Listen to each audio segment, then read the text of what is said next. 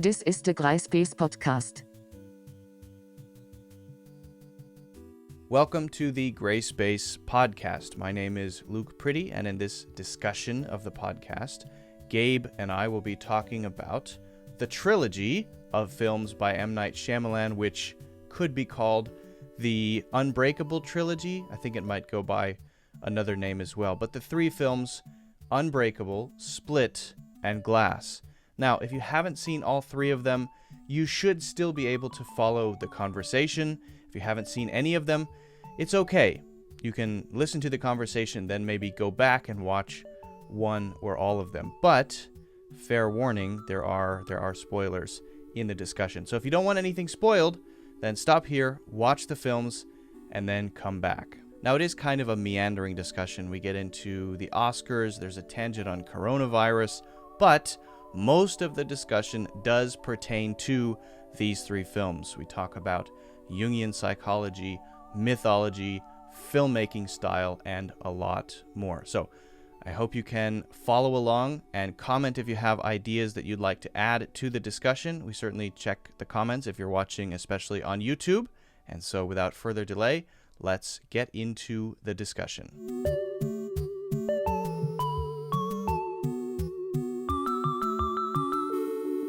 Exploring something is sort of like we're going to do today. Exploring something is sort of like stepping into an Age of Empires map, and then everything is dark, and you have to send out sort of these little villagers, and well, that's I guess how they're it'll not have little. To be I guess me, they're regular I size. I didn't do any preparation or research for this topic, so you'll have to be the Well, I don't think you're going to guide, like where I'm and then going I'll to take it. I'll but just. We'll see. What could I not like? Oh, you're going to say that it's bad or something? I just think that the things in the three movies that interested me might not be the same as what interests you about them. But we'll see. I mean, we'll see.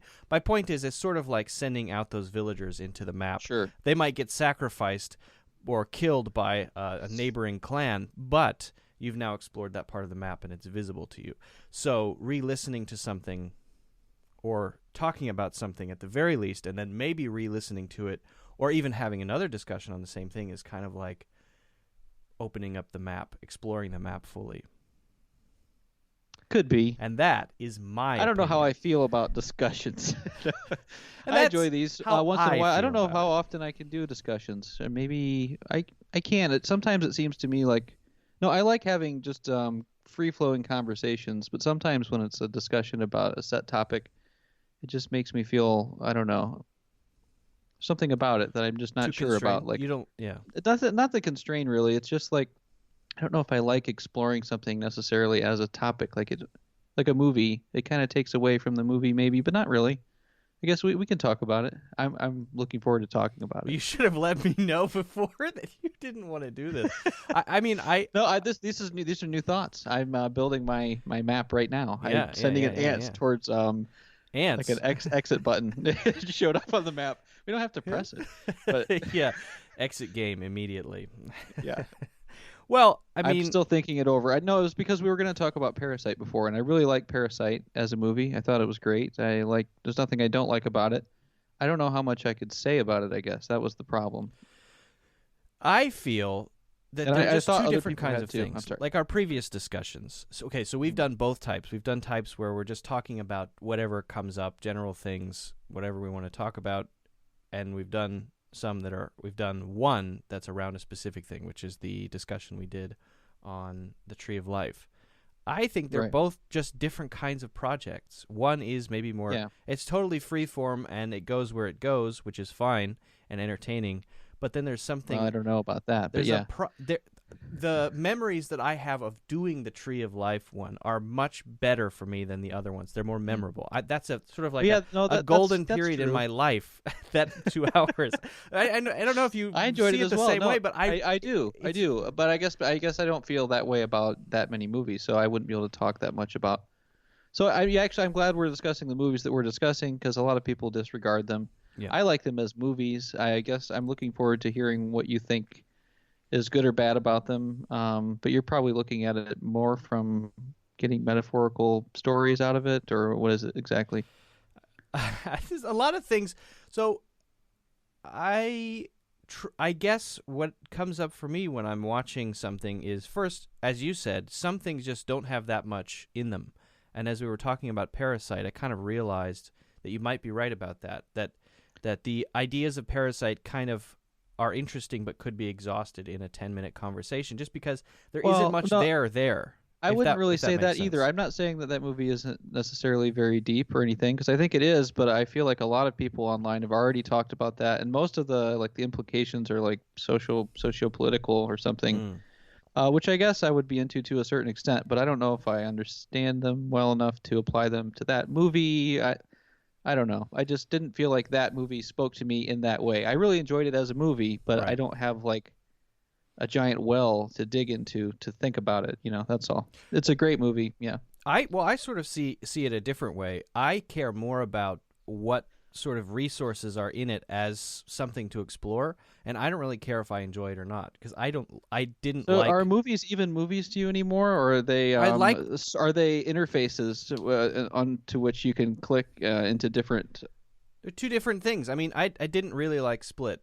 I don't really like that movie. It's not a very. Just because it doesn't feel good? I just didn't enjoy it. But I think there's a lot of interesting stuff there to discuss.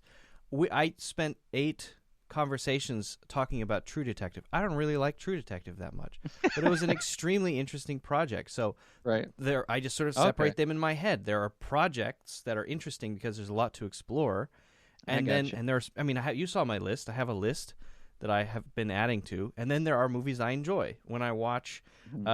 Let's say, Parasite, or when I watch Jojo Rabbit, there isn't that much to talk about, but I liked the movie, and I enjoyed the pizza that I ate after I watched it. I mean, that's just a different kind of life experience. Okay. Well, yeah. Well, I'm in then. I agree with that. Wow. So Jojo, how was Jojo Rabbit?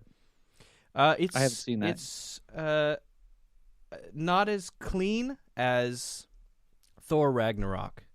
Thor Ragnarok is really that's pretty dirty. Tight writing. I didn't like.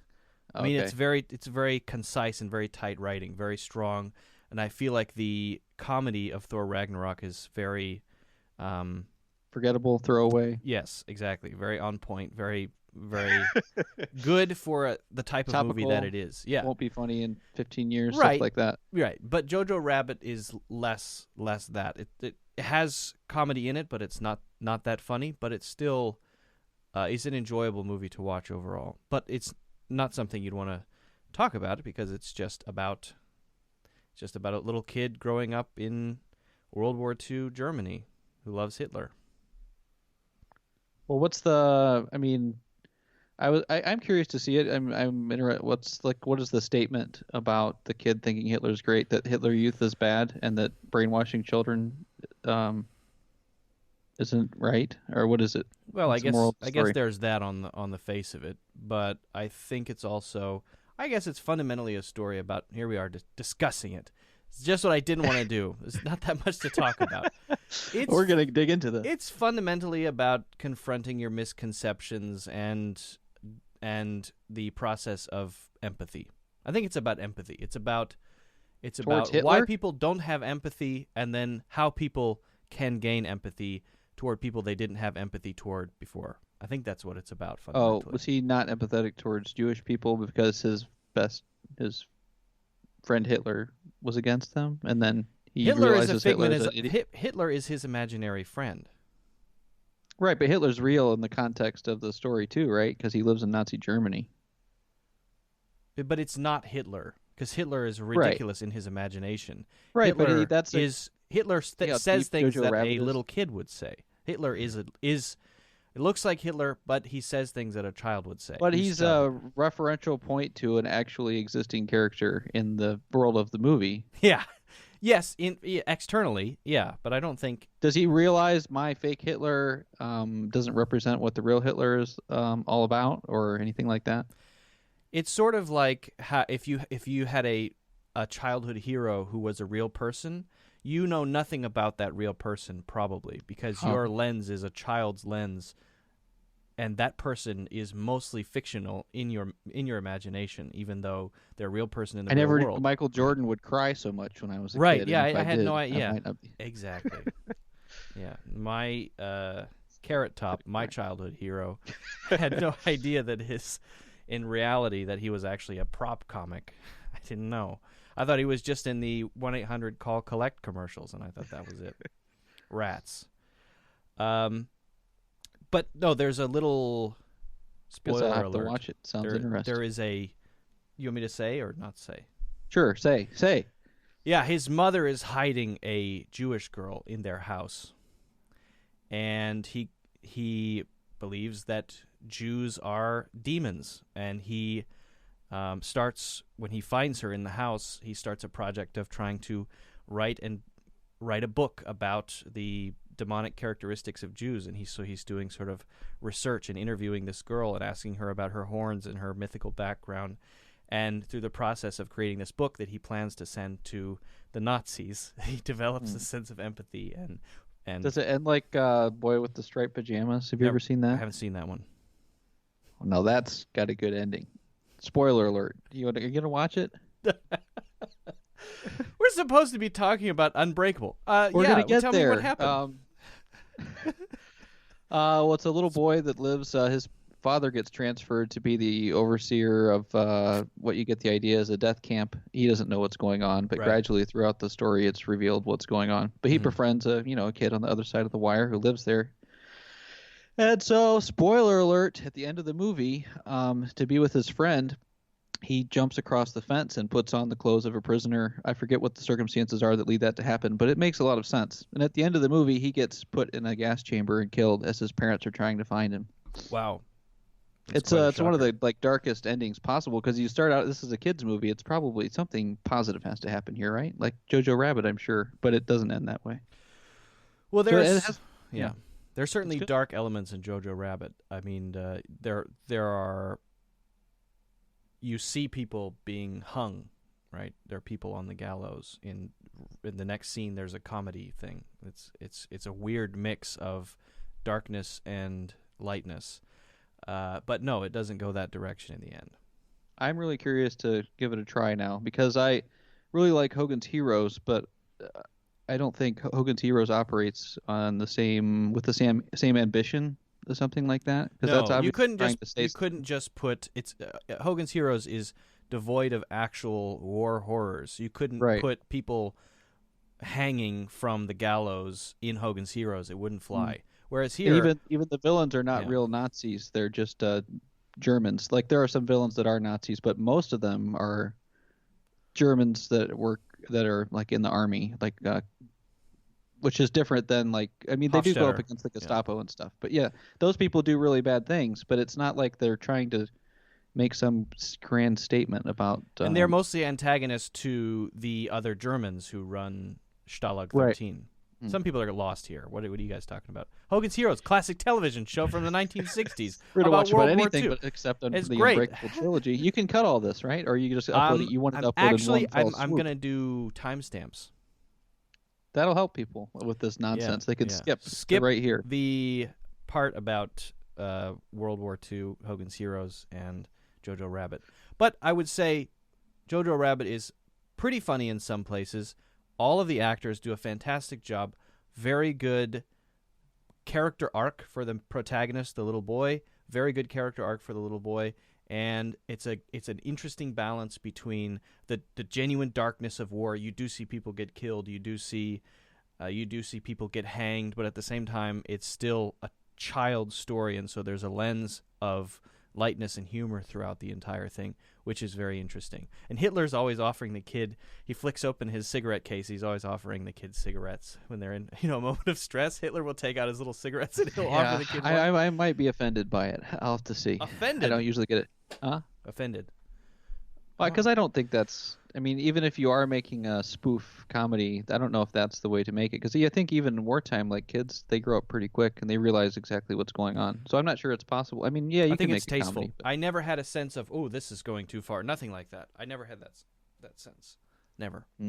Yeah, when I say I would be offended by it, I don't mean that I actually get offended. Because I by offended by it, I mean, does it pull it off or not?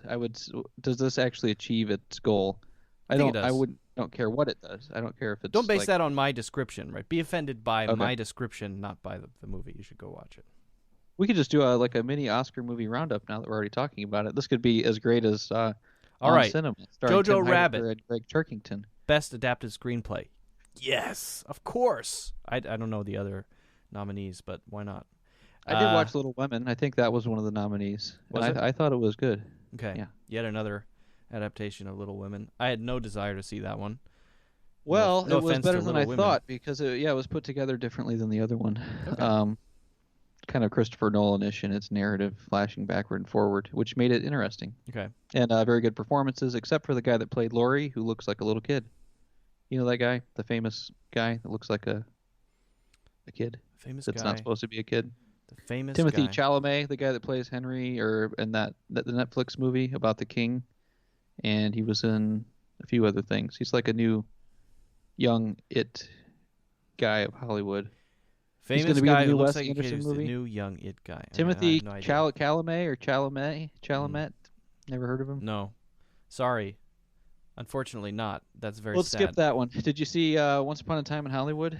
No, I saw it over someone's shoulder as I was watching something else on an airplane, and I could have watched it, but I didn't. What were you watching? I think I was watching episodes of... Star Trek? No, they didn't have that, or I would have. Believe me. I was watching episodes of a nature show, I think. I can't remember what it was. Might have been Okay. Night on Earth or something like that. Maybe something else. I Great. forget. So you'd give Night on Earth the Oscar probably, and then Right. I would give Night on Earth deserves the Oscar for Best Adapted Screenplay, Right. which is a documentary about animals at night. Yeah, Did you see The Lighthouse? Nope. That's funny because that movie is like nothing but symbolism and like kind of a story. A story if you squint at it, more Yeah, symbolism. I just than haven't story. got around to watching that one. I'd like to. I want to watch it, at least for the famous monologues that Yeah, they're pretty great. that I what's don't. his name Yeah, gives. it was kind of like watching The Shining maybe, where it's a little cold or something. You're not like swept up in the story as much as you are just kind of feeling the mood of it, which was good. So yeah, I would highly recommend watching it. I was very It's- disappointed by The Witch, and that's one reason I'm sort of Okay. feeling a little trepidatious about it, because The Witch Didn't like was The Witch. just a disappointment, a major disappointment. Such potential. They got the feel of it, but it was a bad. What did it lack? I thought we're already on a tangent. Let's not take a tangent on a tangent. We're on the Oscar tangent. All right. Thought you liked Age of Empires. You're going to run back to the village and Hey plant guys, some crops or don't something. go that way. It's That's just fine. a bunch of smelly. Way over there in the Germans. distance, there's a guy talking about how great the witch is. Don't go over there. What else was there? Parasite. I think we both liked that one. That was good. I thought it deserved to win. I'm happy with that. Yeah, the feeling of Parasite is it's a completely fresh. It's an extremely fresh feeling movie. It's just so slightly off, but in a good way. In the same way that Okja is, and Yeah. not quite in the same way that Snowpiercer is, because Snowpiercer doesn't feel that way. But it's Yeah, very refreshing filmmaking. I'm wanting to watch Snowpiercer again now that I've seen this, because I remember liking it the first time, but maybe I didn't give it enough attention before. I need to concentrate on it this time. Seems like that is a common theme. The whole class warfare and social hierarchies are definitely a theme with him. I haven't seen two of his movies. I've seen Okja, Snowpiercer, Parasite, and there's a couple others, right? There's The Host. Maybe there's like three others I haven't seen. Yeah. No, I think Good stuff. Parasite is very true to life in a sort of impressionistic way. It is able to represent those sort of class differences in a way that's ridiculous, but you have to be ridiculous in order to bring out those characteristics in a film that make you sort of realize them. Whereas if it's totally realistic and it feels too documentary-ish, You it'll be you lost. couldn't do it in the running time either. I don't Right. think it'd be it's the only way to condense a topic like that into a 2-hour movie. So yeah, it is Oh, we should start talking. We should talk about this movie. There are some certain elements in it which make it fantastical, like the guy who lives underground. The man who lives underground is sort of this. Yeah. He is sort of an underworld type character. He reminds me of someone who belongs in sort of the Greek. Mm-hmm. The Greek pantheon of the underworld, you know, it feels like that. It feels not just like a guy downstairs, but there's something darkly subterranean about his existence. And he eventually, something goes wrong. He runs out of the basement and stabs you, which could be metaphorical for the lower class. It's the ground opening up and swallowing right. things. Yeah, it's when it's the bull of heaven when it lands in the story of Gilgamesh and cracks right. the earth open and people fall Feel down. terrible for that little kid when he sees it, but it's still a hilarious shot when he sees the guy and he just completely passes out when he's actually running around stabbing people and right. he sees the ghost again. Yeah. I guess it was a funny shot to me, though it's a tragic moment. Well, but that's the juxtaposition that's the juxtaposition that's I think hard to pull off that Jojo Rabbit has here and there. It's the juxtaposition of horror and comedy, an absurdity where you have someone stabbing someone, and at the same time there's something funny going on, right? I got you. Yeah, although it's not horror. It's not. I wouldn't say it's horror in Parasite either, but it's more like dark tragedy in Jojo Rabbit. I mean, he stands up. Well, I can't say that. Never mind. That's too much of a spoiler. Yeah. Oh, somebody stands up? Yeah, somebody's really. It's really, really bad when he stands up. That part. I don't even need to watch it now. Just close your eyes when he stands up. Okay. That's the only other movies I can think of. There were ones that should have been nominated, like Uncut Gems. I think that was maybe my favorite movie of the year. It got snubbed. I didn't see that. Snubbed it. Gotta watch that. I'm gonna watch that one. You'd probably be underwhelmed. Any other films? Disappointed. Were there any must other have been movies? other films. Anything else that was nominated? The Oscar roundup is complete. Oh, Avengers Endgame was the best picture of the year. I agree. Yeah. I've seen Avengers Endgame 6 times. I'm just joking, but... And I've seen it 6 times because it's sort of like something to put on in the background because Mushroom really loves watching it. She likes to watch it over and over, so we always watch it. She likes. I liked Endgame better than Infinity War. I think we've already talked about this on our last podcast. We don't need to talk about this again. Yeah, we're in the part of the map that has been thoroughly explored, and people are like, "Why aren't you out? There are resources. There's got to be gold and stone to be." I don't want to plant corn. I just want to walk back and forth. Can I just hang out here for 5 minutes and rest? What is this? Who? Flute music. Yeah. Oh, less likely to die from an incoming cavalry charge if I'm right in the center of the village. I'll stay here and build trebuchets and send someone else out this time. My legs are tired. I already got my 13,000 steps for the day. For crying out loud. I'm going to sit here and watch Endgame. I'm gonna put Endgame on my phone and put it on the ground, and then I'm gonna build a trebuchet. Mm-hmm. And that's how I want to live my life from now on. I'm terrible at strategy games because I have this tendency, and I realize it's a tendency. Sometimes it works really, really well, but sometimes it completely backfires, and it's the reason I'm also bad at Tetris. I want to have everything build up to a perfect and grand success, and so I want to get all of my trebuchets and my footlight soldiers and my cavalry. It's been so long since I played, but yeah. All in the right place at the right times, and I want to be totally ready. I want to be sort of at the right moment able to destroy everyone very quickly. And it's the same with Tetris. I want to have all the blocks this high and a single line, right? Yeah. And I want to be able to just knock them out one by one, but it doesn't happen like that. And so I sometimes have to resist that tendency in a lot of areas. Think of all the dead ends and species throughout the period of evolution that had to have the perfect berry, and they would find food and they refused to eat it. They just starved. Ribeye steak. That's you. Slightly overcooked. Yeah, I will have no progeny, unfortunately, for that reason. Don't like this No, I guess that's terrible to say. I can't say This that about child my isn't children. good enough. A terrible thing. A Going over the terrible edges. thing. Well, that's what the edges of cliffs are for. That's what didn't they used to do that?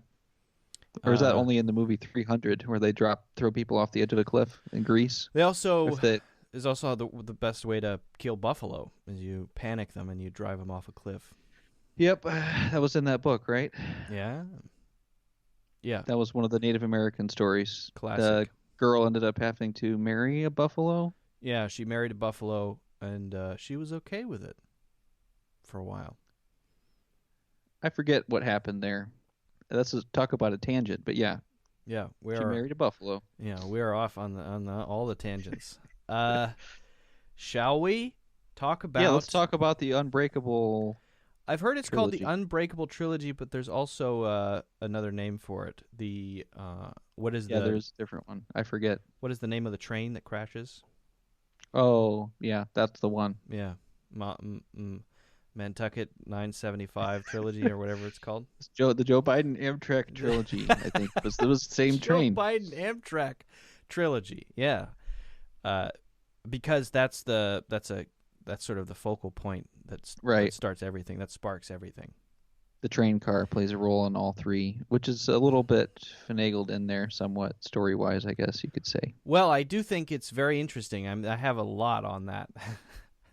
I guess not. I think it's very interesting. If his dad died. Okay, sorry. So it's a cosmology. How do you... So is it possible that train crash is a sort of cosmology or a cosmological story in a sense, as though that is that train crash is somehow the Big Bang? It is the Big Bang in the sense that it's the creation of this narrow, sort of in a narrow sense in the universe. It's sort of, and the Big Bang is what leads ultimately to consciousness. This train crash is ultimately what leads to these heightened superhero abilities, these abilities that they have, but also to the neurosis. So Mr. Glass is God and David Dunn is Jesus and the Beast is the devil or something? No, I don't know. Well, I mean, we can get into that stuff. I was thinking maybe we could start with the Shyamalan stuff, just the filmmaking sort of arc that he has from film to film. So, I mean, it seems like with, I guess it was Split where he sort of came back because people don't regard The Village and The Lady in the Water and Avatar, The Last Airbender, that movie. The Village was not a flop. The Village, I agree, made $50 million. A lot of people didn't like it, though. Weekend. When you ask people about it, most people hate it. No, nowadays when you ask, most people will say they like it. They're coming around. I'd say around. That's good. It's at least That's over good. 50%. Yeah. But there's this sort of perception of after Signs, his movies went down, and now he's kind of, if not back, at least making movies that people like, because a lot of people like Split, I think. Yeah, I think so. And I don't know how they feel about Glass because I didn't check the. I think that Rotten one Tomatoes. was more polarizing. People like Split, but Glass, they're like they don't like how it turned out. Do they wanted feel a it real was too superhero contrived? movie. I don't think. I think a lot of it was disappointment. I think they wanted more like success for the characters or something. They wanted David Dunn to like be a superhero and beat the Beast. I think that the fact that they, spoiler alert, I mean, obviously this is going to have spoilers. Yeah. The fact that they all just die at the end is pretty depressing.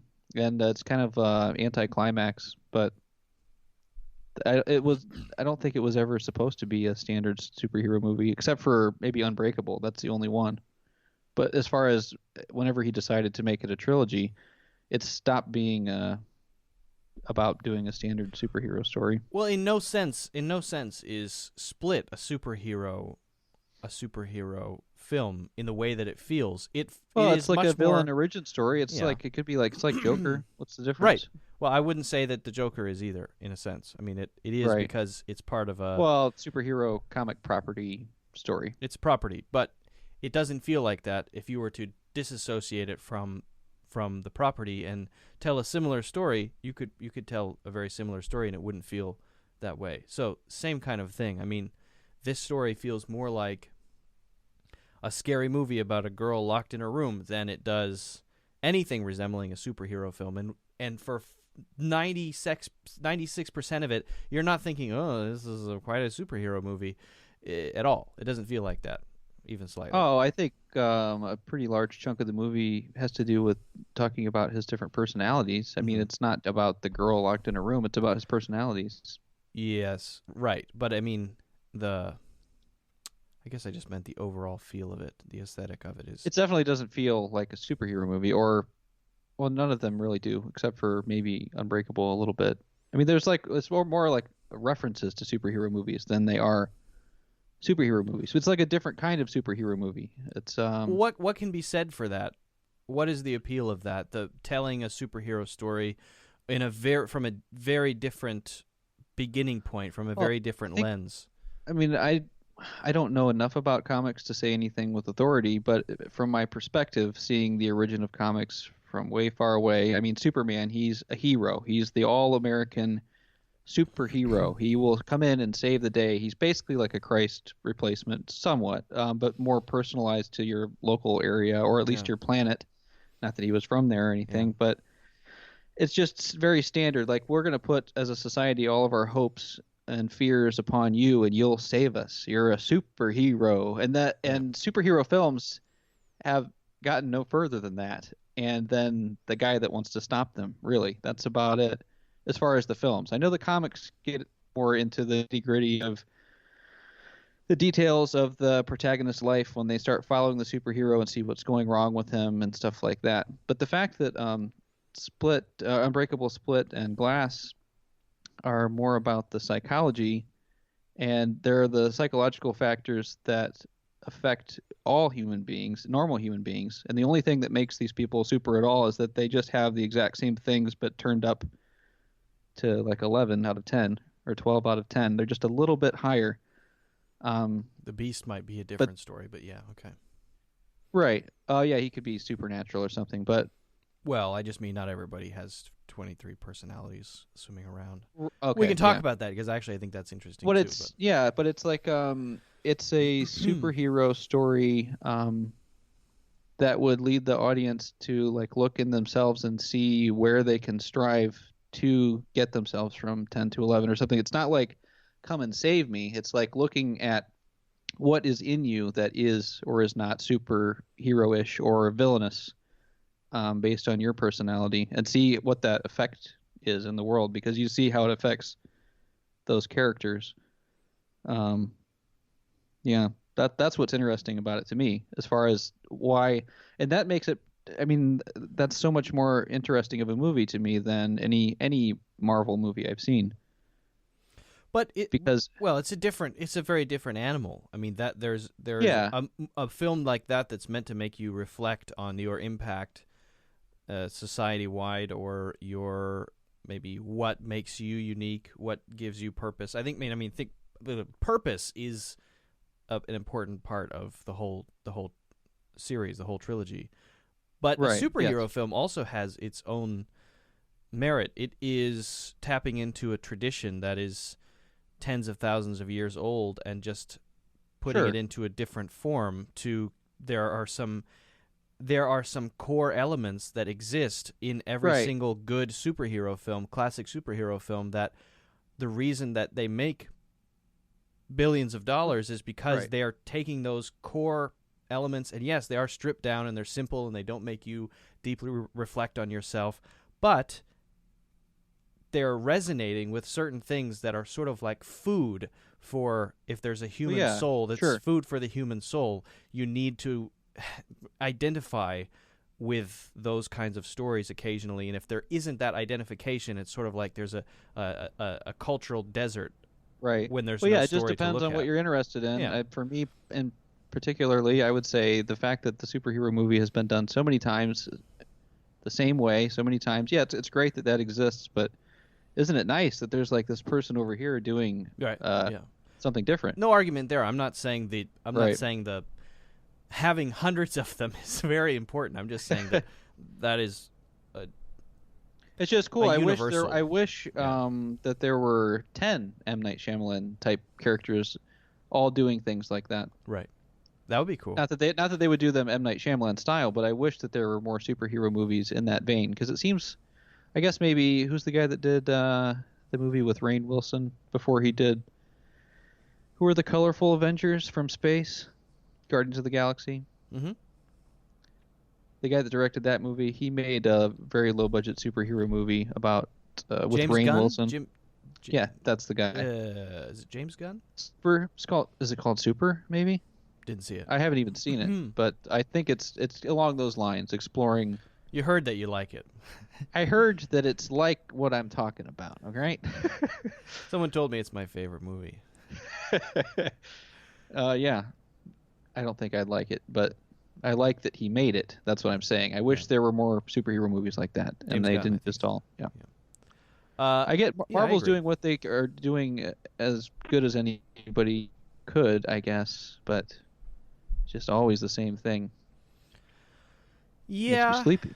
Yeah, that's true. Although, I think, well, I don't think it's so repetitive that the movies aren't worth watching because they are entertaining. I mean, in the sense that they don't make you deeply reflect on your life in the way that a movie like The Fountain might or something, or maybe one of these. Well, that's true because just a we need different kinds goal. of entertainment in our diet. You can't Right. always have, like, even my favorite movies, I watch them maybe less than some types of entertainment I would consider disposable. But, Right. I mean, that's easier to digest. The disposable entertainment, it's like fast food. Yeah, I mean, It's I watched a Screen Rant video today. Okay, that's stooping low. That's bad for you. Yeah.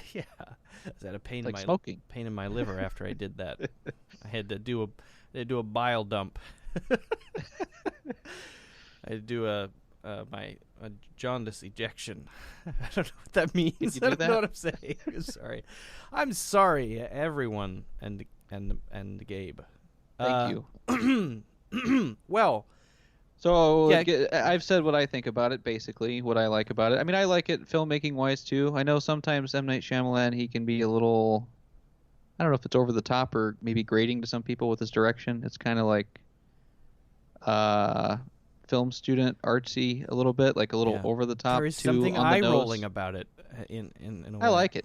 I love it. It's my favorite. Something about it makes me go, "Hey." But I also like it. Well, sometimes he does it more than other times. It's more like I would say there's nothing wrong with The Village as far as how it's directed, but I can see how there's certain things that he does sometimes that are just like a little too much, a little like just dial it back a little bit. I know you're trying to be fancy and artsy, but you don't have to do that because it's not actually fancy or artsy to try. To be really fancy and artsy, you just have to. It just like oozes from your pores and with no effort. Like Right. something like David Lynch would do, or like Parasite.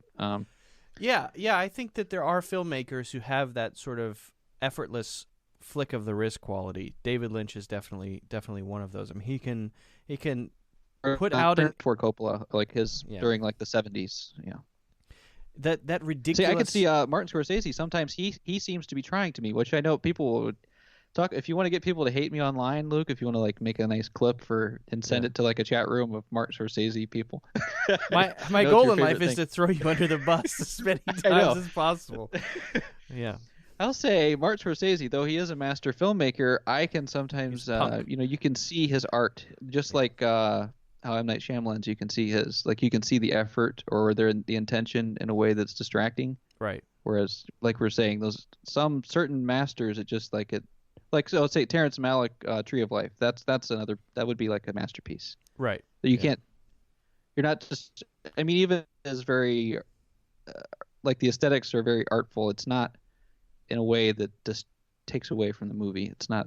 Right. There's rubbing your nose there's craft there. Right. There is work there. There's hard work there. There's craft. There's training. There's all of his experience. There's his philosophy. But it's part of his being, and it's more. It feels like it feels to him when he thinks up the idea. It probably matches what the result on the screen. So who knows? Sometimes Scorsese and Spielberg too. I was gonna say Spielberg has the same sort of they quality. Put your noses right in it. Yeah, there is it's something. Just like, okay, I see you. I can feel the guy carrying the dolly, like the camera guy. I can see the shot. Like that's an interesting thing. It's hard to say, but it's sort of like there's something. This is a movie-ish about it.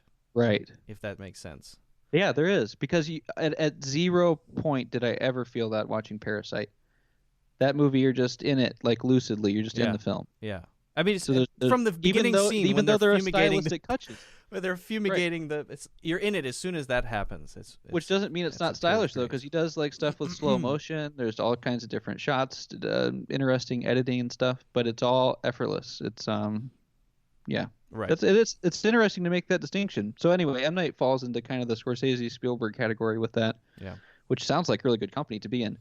But I think there's times when he has it's worked perfectly, that's why I think The Village is his best movie. I think Unbreakable is right there as far as movie quality there with that. More recently, I think it's I don't know, just a little heavy-handed. Maybe I thought Glass was a little forced, perhaps. The last line of Split is almost unbearable.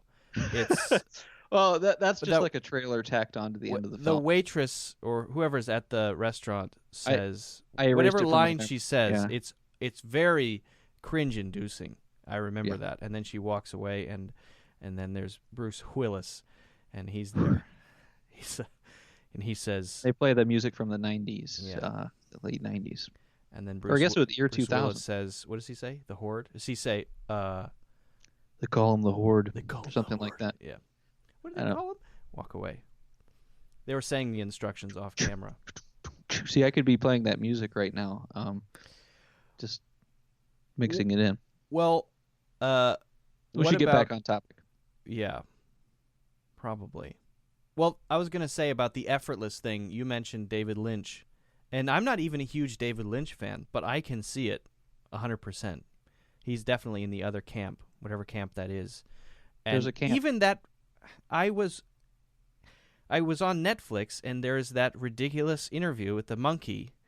Oh yeah, David Lynch and the monkey, and I started watching it, and immediately I thought, this is so stupid. This isn't good. I was done with it. Keep watching and it was done. And I was done. I thought, what did I just see? And there's something about it that is, I don't know. You can tell it's just a magic. It's a magic touch. And then I thought, what do people think about this on Rotten Tomatoes? So I went on Rotten Tomatoes, and everybody's just raving. This 95% audience score and critic score. The dialogue loves is not even good. Yeah. He's singing love songs to a chicken. Did that. Yeah. With a really badly edited mouth and everything. It doesn't matter because it's like I think there's something. It's got to do with like artifice and purity of intention. I think certain artists are so pure with their intention and have no there's nothing put upon them to be perceived in a way except in which they want to express their idea. Right. Which I think sometimes are thinking of it one step removed. They might be thinking of it from what the audience wants to see.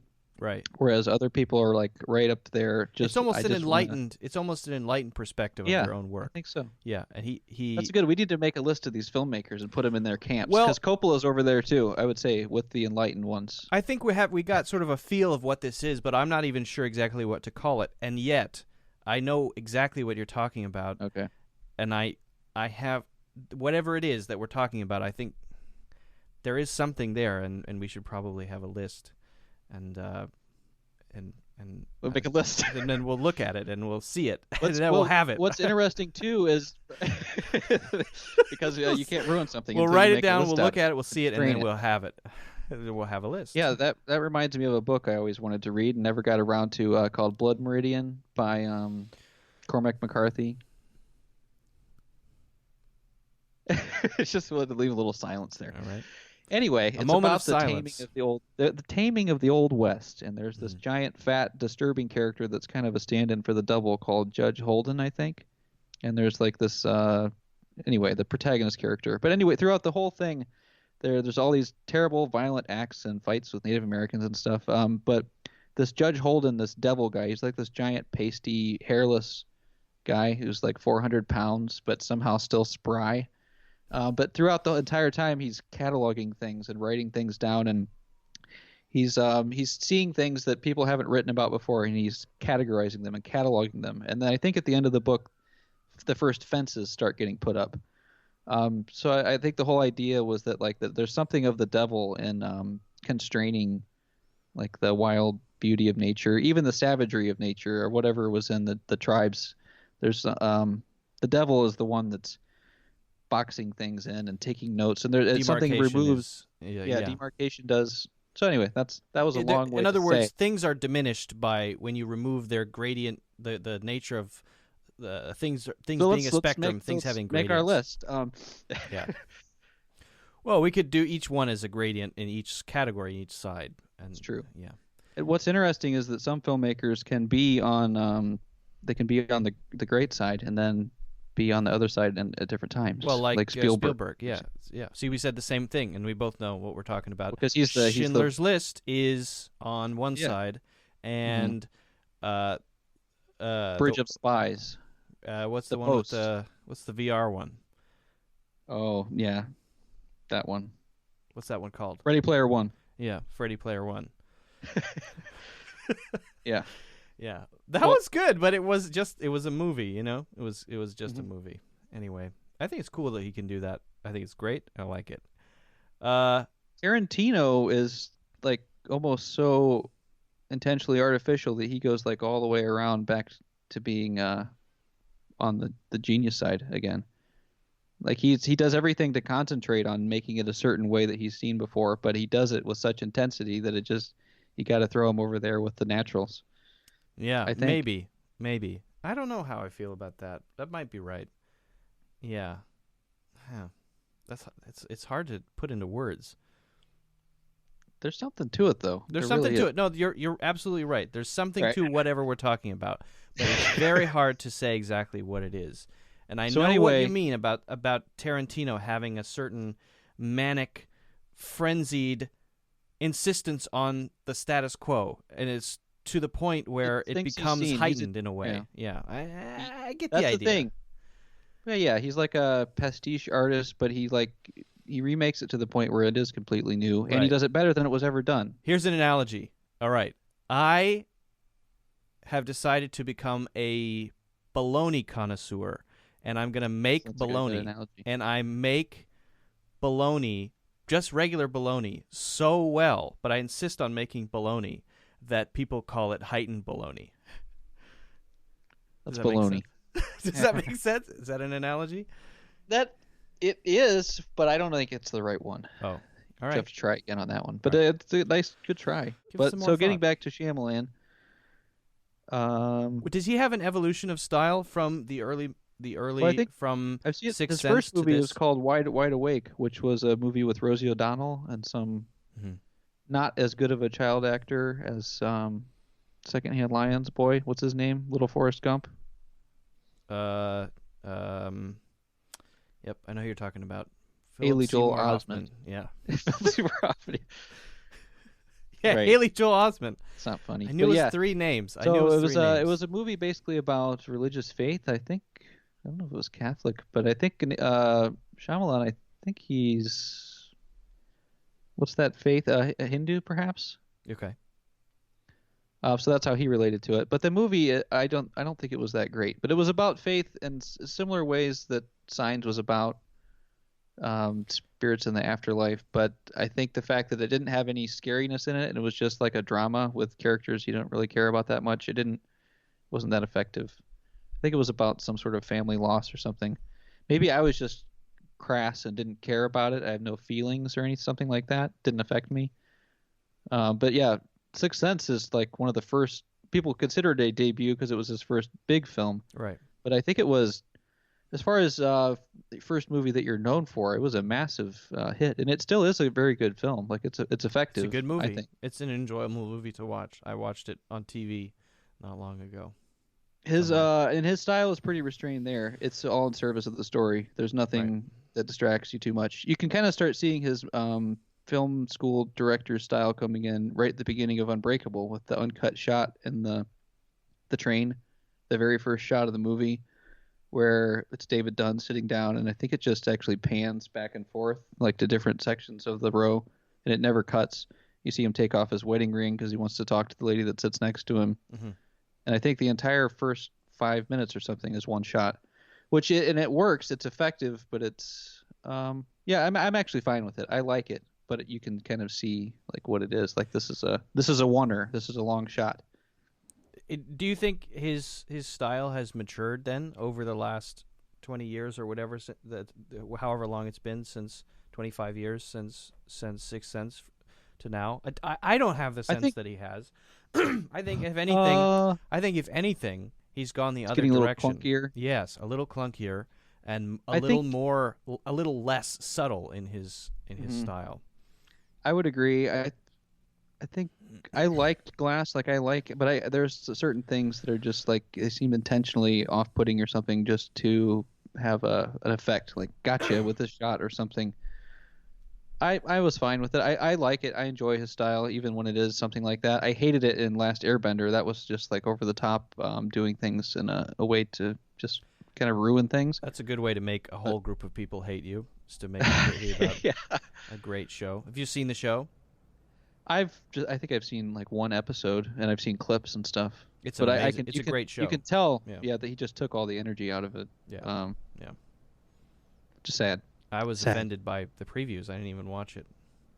I'm a fan of the show. I like Avatar: The Last Airbender. It's very good. And After Earth might be even worse, though. I think just the Smith Family Vanity Project. I can't remember. I might have watched it and like unwatched it, forgot about it, repressed it.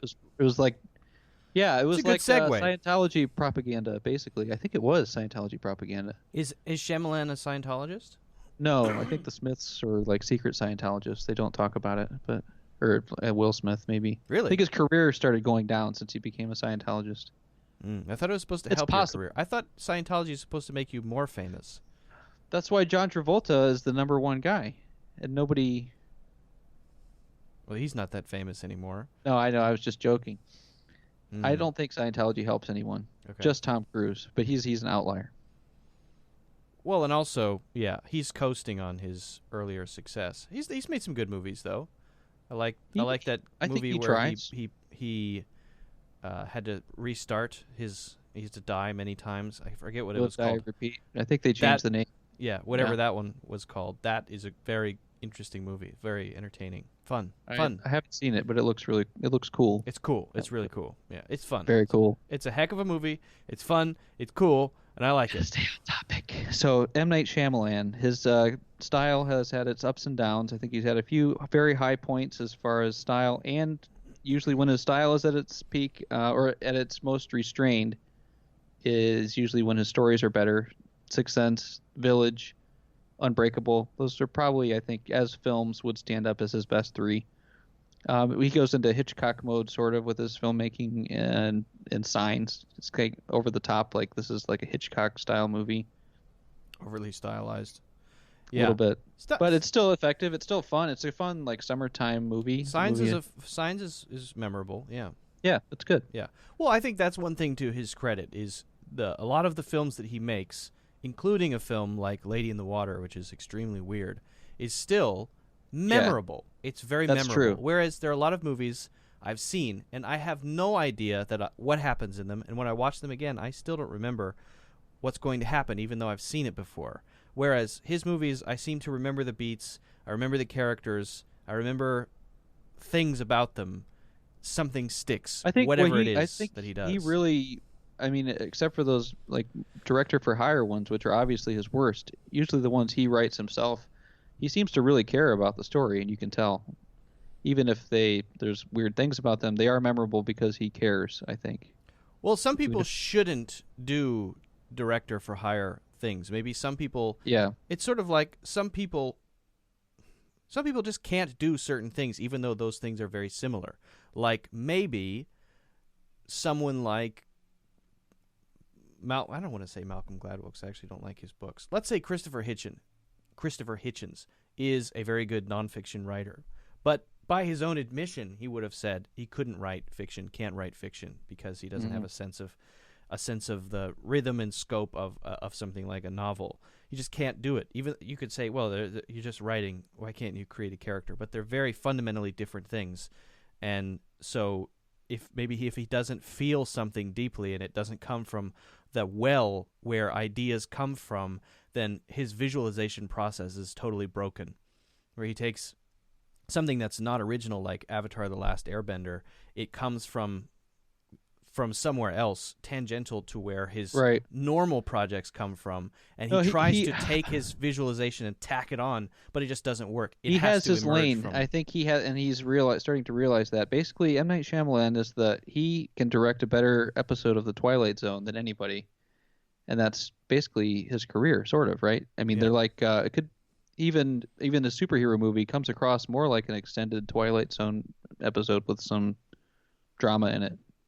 That sounds bad. I don't mean that in a bad way. I just mean the elements of the story are like a Twilight Zone episode. There's a twist. There's a concept, and there's unexpected things that occur. But it's usually high concept. There's something about it that's like, what if this was like this instead of like this? Wouldn't it be weird if it was Right. like this? And not as you assumed it was. It's different than that. Yeah.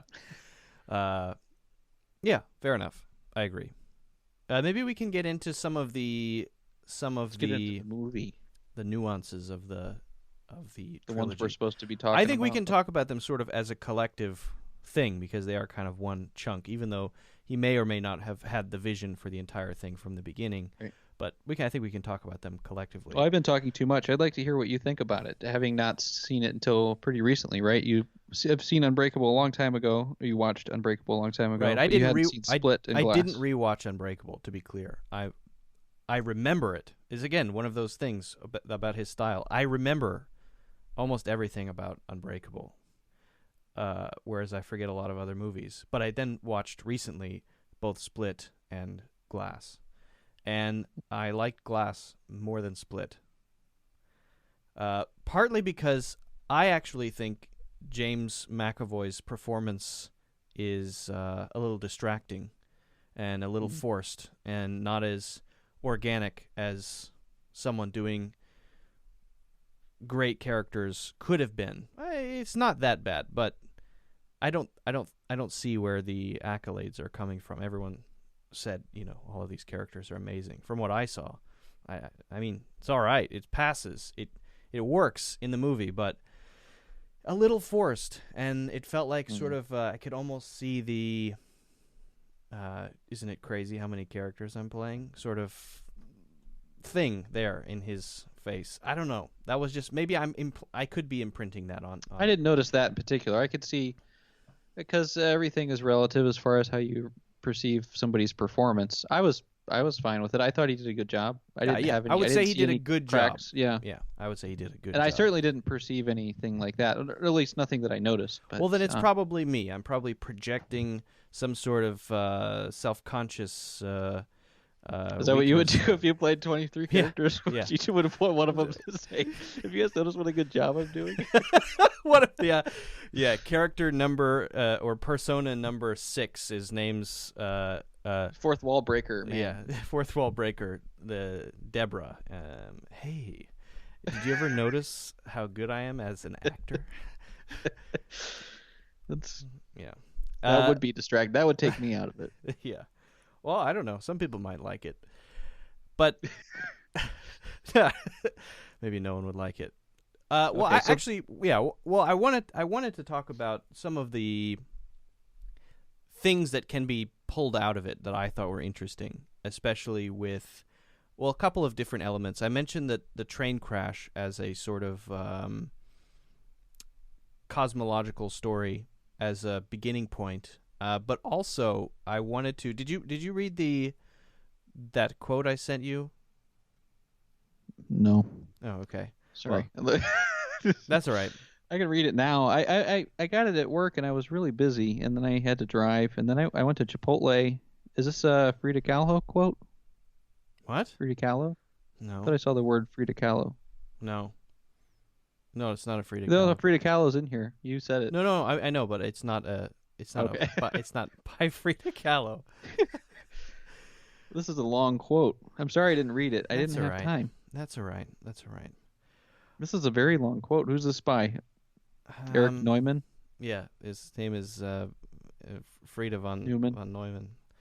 Is it Newman or Neumann? Well, it's just a way to talk about the way that fragmentation creates something new in society. So there seems to be the motif of brokenness, right?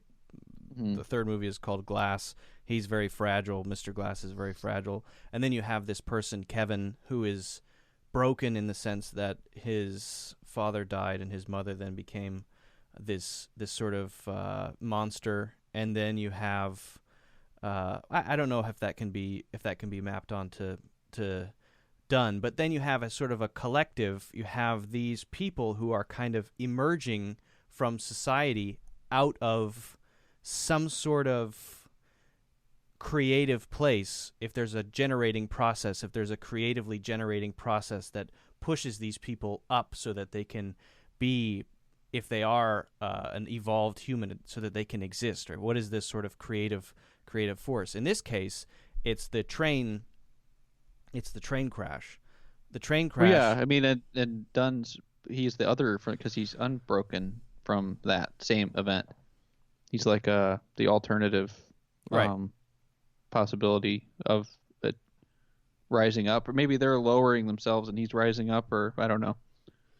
Well, so yeah, one way to look at it, or one way that I thought to look at it when that sort of all kind of came together in the third movie, is that there is this single thing that creates brokenness in one person, right?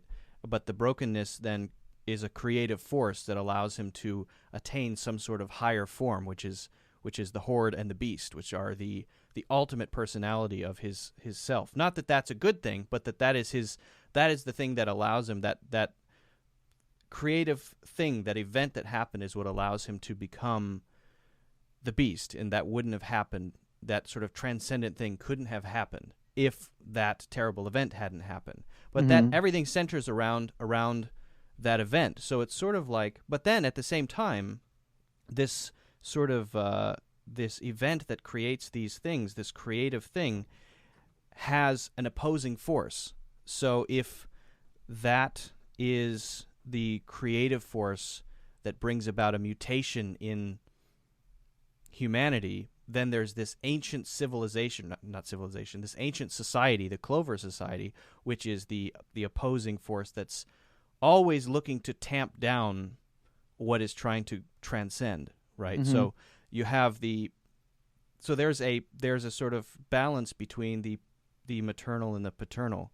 You have the society, which is this sort of paternalistic, in a Jordan Peterson sense, force. Oh, okay. Tamping this down, trying to prevent new things from happening, and then this chaos, which generates the new thing. And then you can look at that on two different scales. You could look at it on the sort of society-wide scale, and you can also look at it on the individual scale, because then you have Kevin, who is broken, who is, in a sense, lacking the paternal because his father is dead. And so this terrible thing which happens creates a mother that causes him to go off the rails, to fragment into all of these pieces. That's interesting. And there so it's is microcosmic and macrocosmic. Right, it's sort of fractal in its nature. And so, but because he has no paternal force opposing this creative process, or this process of fragmentation, or this process of generation, then he's allowed to transcend individually. Mm-hmm. That is negative and positive. You could look at it in two different ways, because it's a mental disease, obviously, but also, if he had a normal childhood, that wouldn't have happened. He would have been, a normal person. So you have these two opposing sides sort of generating and controlling at the same time. Does that make sense? It does. I think that makes complete sense. I like that too, because then you can see like it plays out in the way that it should play out with those opposing forces and the maps of meaning, right? The paternal father does end up like crushing that, but somehow still the spirit of it lives on by everybody finding out what happened. So there is like an evolutionary change anyway. So like when David Dunn and when everybody gets killed at the end, it's basically, we're always using the Christian example, but Christ being killed, that killed Christ, but then people ended up being Christians afterwards. Same as when they all get killed at the end. Mm-hmm. Then their story gets propagated by Mr. Glass's plan. anyway. So the change occurs. Like so things did actually evolve, but they didn't evolve by the beast becoming all powerful. The beast became all powerful only to be smashed so that the message could get out or something. You know what I mean? It's like a big change comes and it gets hit, but then there was like after effects, and then another change would come from those after effects, and that'll get smashed, and then there'll be a further reverberation. Yeah, it's almost like what is it like? It's like somehow a process of breaking as a process of either creation or a process or of strengthening in a way, right? And somehow that culminates, the third movie culminates in this story being spread, which is somehow necessary and important for this period of time. For whatever reason, it hasn't been in the last 10,000 years. Somehow, just now, for the first time, they've failed. The Clover society has failed for the first time. But honestly, I wasn't a huge fan of that. I'm fine with it, I guess, but it's not my favorite part of the series that there's this organization. No. Yeah. Well, it might be the weakest part, but well, I think it's interesting in the sense that as an idea, it's interesting, but as far as execution in the film, I'm not so sure about that. It could have been a lot better. Yeah. There is something childish about the way that everyone just goes, "Ooh, a new one!" Everyone now knows it's a new thing. Everyone knows, That's not very realistic, but I understand that also there's a running time and you have to do the heroic acts would need to be a little bit more substantial for people to all be going like, "What?" Yeah, it would have to be something else. Yeah. I think you'd have to see it happen in real life, not see it in video. I don't think we're convinced by things that happen in video anymore. That's disappointing. Yeah. Maybe people in Philadelphia are stupid. You ever think of that? Yeah. All right, I can buy that. I don't mean that. I know nothing about people in Philadelphia, you but can cut this agree. up and go to like just Reddit, Philadelphia.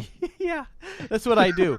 Let's see if Gabe says something that makes him look spiteful and resentful, and just cut it out as a 1-minute clip and post it in that particular subreddit. I go out to my mailbox and I find like a single marble out there, and it says "soon." The Marble Machine X people are after me. Yeah, are they really? No, I'm just joking, but that would be fun. That would be fun. Yeah. Well, you almost got in the red letter. I know media. If I was to ever get killed by a Marble Machine X person, I'd see it coming a mile away. I'd be like clicking, diddling, diddling. It'd be like one of those Rube Goldberg devices, and I'd see it from like a mile away, clattering its way towards me. Yeah. Probably. Marble Machine sucks. I'm sorry. No, I was just as I was thinking about this, I wrote a thing. Do you mind if I just read it quickly? It's kind of what I just said, but I think it's a little bit more. No, it's something I just wrote, very short sort of paragraph, just because I was trying to put it into words, and I tried to explain it just now, but maybe I can just say it because I tried to say it clearly. Okay. The supers could be constantly occurring society-wide dissociative complex multiple personality disorder sort of regressions, which the Clover Society, acting as the paternal ego force, placating if possible, destroying if necessary. In other words, what happened to Kevin is what happens society-wide. The train crash is to supers as Kevin's mother is to him, but Kevin lacked the paternal balancing force. Train crash is creative mother, the chaos that spawns evolution. The 10,000-year-old, probably ossified called order, is paternal order. Just in this way, the unchecked, imbalanced mother spawns adaptive personalities in Kevin, which go unchecked for lack of a paternal force. Yeah, no, I think it all makes sense. And about whether or not this Clover Society, why are they unsuccessful this time? I mean, that makes sense. I mean, that happens in nature. That there is eventually a tipping point, eventually a rock breaks and falls down a hill. They never met Mr. Glass. He's too smart. He's too smart. Well, he just happens to be the guy that's being real evil and whatnot, doing a good job. He's the most evil. No, he's just it's not just Mr. Glass. It's that train crash. It's just this happens to be the scenario where it escapes containment. Right. Yeah, I mean, I otherwise you wouldn't make a movie about it, so it has to be the one that's different, right? And I think it could have been executed better, but it's a very interesting it was as already an idea. Yeah. crazy that they all get killed in the end. I mean, most people would just have them do something. They just end up being, here you go, Mr. Unbreakable. Here's the key to the city of Philadelphia. Yeah. Mr. Right. Glass is in jail forever. Well, I think people probably expected the confrontation to be between just him and the Beast ultimately, or something like that, or maybe the Beast teamed up with Mr. Glass and they become. And what he beats him. The city finds out about it. It's so much more interesting than that. Really, it worked out. You couldn't really do it in a more interesting way. Right. Yeah, so I agree. Yeah.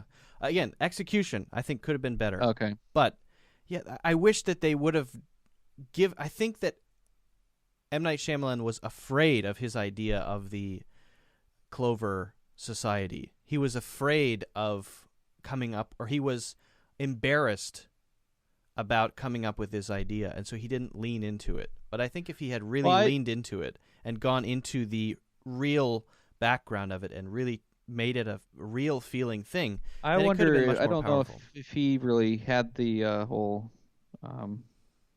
mother and paternal thing. For him, I think it was more just a societal thing, right? The elites versus the poor sort of a thing. Maybe not. I don't know. In what way? It just seemed like some of the dialogue that when they had their secret meeting and whatnot, and just talking about, you wouldn't believe what these people, or what you're really capable of, stuff like that. Like, it's like there's changes that you could make in the society, and you're just living downtrodden, and there's this secret society that's actually controlling everything, and they're stopping you. I don't know. Maybe I was reading too much into it. But I thought that there was more of it was like about society with elites versus regular people, but maybe not. And that regular people don't acknowledge in themselves the qualities, their that ability make them to be special. But that's pretty silly. That's pretty dumb, really, because regular people don't have special qualities. Yeah, I mean, they're just regular, right? Peasants. I mean, right? Yeah. Well, yeah, we can say that. I can say that. We're peasants, so we can say it. That's like, yeah. We can say that. We're peasants. And we're dumb. And we're dumb. Yeah, that's right. That's a fact. I guess that would be too stupid to say, right? Regular people don't realize what they're capable of. It's a little cheesy. It's like an oxymoron or something. Well, I think they're regular. They're not capable. No, I think that there is a message there. It's a little cheesy. That's sort of the hit you over the head sort of message of look within yourself and see what power you really have. But if there is if there's a slightly more nuanced take on that, then the slightly more nuanced take on that might be the way that the characteristics that we have innately that would allow us to be non-ordinary, the way that gets filtered out is what we have to be aware of in order to somehow transcend our ordinariness. In other words, the world is here to make us feel like there's nothing unique or special about us, but we probably had those characteristics budding when we were very young, maybe in childhood, but everything about the world is tamping those things down, and by the time you reach the age of 18, you don't even remember what used to be interesting about you, and you're gone, basically. You're in the same way that more like standard superhero comics would make somebody more apt to like see someone in distress and be like, well, deep down in their heart somewhere, they want to be Superman and actually run over and save somebody, and that does have an effect on people's psyche to think that they can be a superhero, because people do perform super heroic acts. Yeah, I do that all the time. Right. Yeah. I know you save many people in New York, in New York City. Right. What do they call you? What's your superhero name? Luka Duke. That's good. It's cool. Yeah. Anyway, so in the same way, you could apply the Unbreakable trilogy, just making people look at their own psychological issues and how that makes them either stronger or weaker. It could have an effect. Maybe at least make people more introspective or something. I don't know. Think about things a little bit. Well, I think that, yeah, there's certainly value there, just to not questioning the status quo, but just the way that, just an awareness of the status quo, and that the status quo is a thing by itself that has repressive characteristics. The status quo is an object that's laying on top of you that holds down the mutant hairs that pop out of your eyebrows that could be nurtured and grow into a majestic tree. You need a little status quo right now. You can, but we assume that they shouldn't be there, and so we allow ourselves to snip them. But actually, like a student, never snip. Like a student I once had in school in China, sometimes letting it grow this long is the right thing to do. He had 3 hairs coming out of a mole that were the 3 hairs, black 3 hairs, three black hairs coming out of a mole, about 3 inches long. And see, the thing about my face right now is that I do have that, but you can't tell because I have a beard around the rest of it. What is that? Isn't that interesting? Wow. So that's sort of a sheep in a wolf in sheep's 3 clothing. Wolves. Yeah. This is a sheep's clothing, and there are wolves in here. Yeah. Sorry, that's really gross. It's all about context, If the That's 3 true. hairs are surrounded by 10,000 other hairs, then it's fine. It's even grosser than before. Yeah, it's No, 10,000 I think times more. Right. I know. I know a good what the beard. moral of the story is. Thanks. You've got a nice beard. I appreciate that. I'm going to get rid of it. But I have one more shot I need to do, and I've been too lazy to do it for my movie. Why get rid of it? It's cool. I wish I could grow a beard like that. You could. You just have to try. That's not true. So you don't believe that you can. No, I can't. The guy with the 3 hairs, he has the proper belief. I bet right now he's got a beard like Confucius. Gabe, let's talk science. Look at here on you. There's hairs there. You have hairs coming out of that part. I do not. It's not because I shave there. It's because but I didn't have hairs them there. grow No, I there. didn't have them there. Before I tried growing a beard, I didn't have them there either. I'm serious. No. No, I'm serious. Before I first tried to grow a beard and I let it go completely, I didn't have hairs there. And eventually they gain confidence. Now I even get hairs like up here. They get confidence. You have to let them go. But now your hairs know that they're never going to have a chance, so they just stay home. That's not true, Gabe. That's nonsense. Seriously. Some people have better beard growing capabilities than others. Keanu Reeves tries to grow a beard and he doesn't have a good one. I think his beard's gotten better over the years because he keeps trying. You're saying there's some sort of beard hairs have their own impetus and that they behave you have socially. to will them to an existence. Yeah, you have to will them. Do they them need to each happen. other or do they need you? They do need each other because they stack up. Is it more of a peer thing? Is it more of a peer thing or is it more of a let's listen to Papa sort of thing? I think it's a is it me who needs to have is it like singing to your plants at home? Or is it like the plants seeing each other growing, thinking, yeah, I will grow big and tall? I think it's a mix. A mix. A little both. I've tried singing to my beard hairs, but it doesn't work. I do oil it a little bit once in a while just to keep it from getting too dry. Looks good with a goatee. I couldn't pull off a goatee. It doesn't work for me. There's just nothing else I can do. Well, maybe everybody it's my only option. What should be there. It's my only option. I have no other options. Maybe shaving is not an option. By what are best? Yeah. Yeah. For me, it's better not to show most of my face. Yeah. This is my destiny. Keep some of it hidden. And I think your destiny is to have a beard, and I don't think you should shave it off. Yeah. I think you should leave it. We'll see. I probably should. So what is there anything else to summarize as far as Split goes? I like. So what were the other Jungian concepts? I was just going to bring that up. So in Jung's, I think it was his first work. He worked with his cousin, or he was his younger cousin, who had multiple personality disorder and something that is constantly called somnambulism, which is sort of going into a trance and becoming other people. And so he's very interested in this because he has a tendency to be interested in more sort of occult things. And he didn't believe that it was really her tapping into some sort of plane of the dead or anything like that, or that she was actually a medium. He wanted to just try to understand it. I think you'd really like reading Jung. I think there's something about Jung's perspective. That was his early work, but especially his later work, which I think is very close to how you see the world. Somehow, when I read it, I think Gabe would really like this. It seems I'm gonna try. Gabe Man in Search of His Soul is the next one I'm gonna listen to. I think you'd like it. I really think you'd like it. I gotta get into it. I'm in a book club now, and we're talking about that book, and it's very very interesting. It's awesome. Chapter by chapter. So I go to the city and we meet. Really? That's cool. Oh, where's it at? The best thing ever.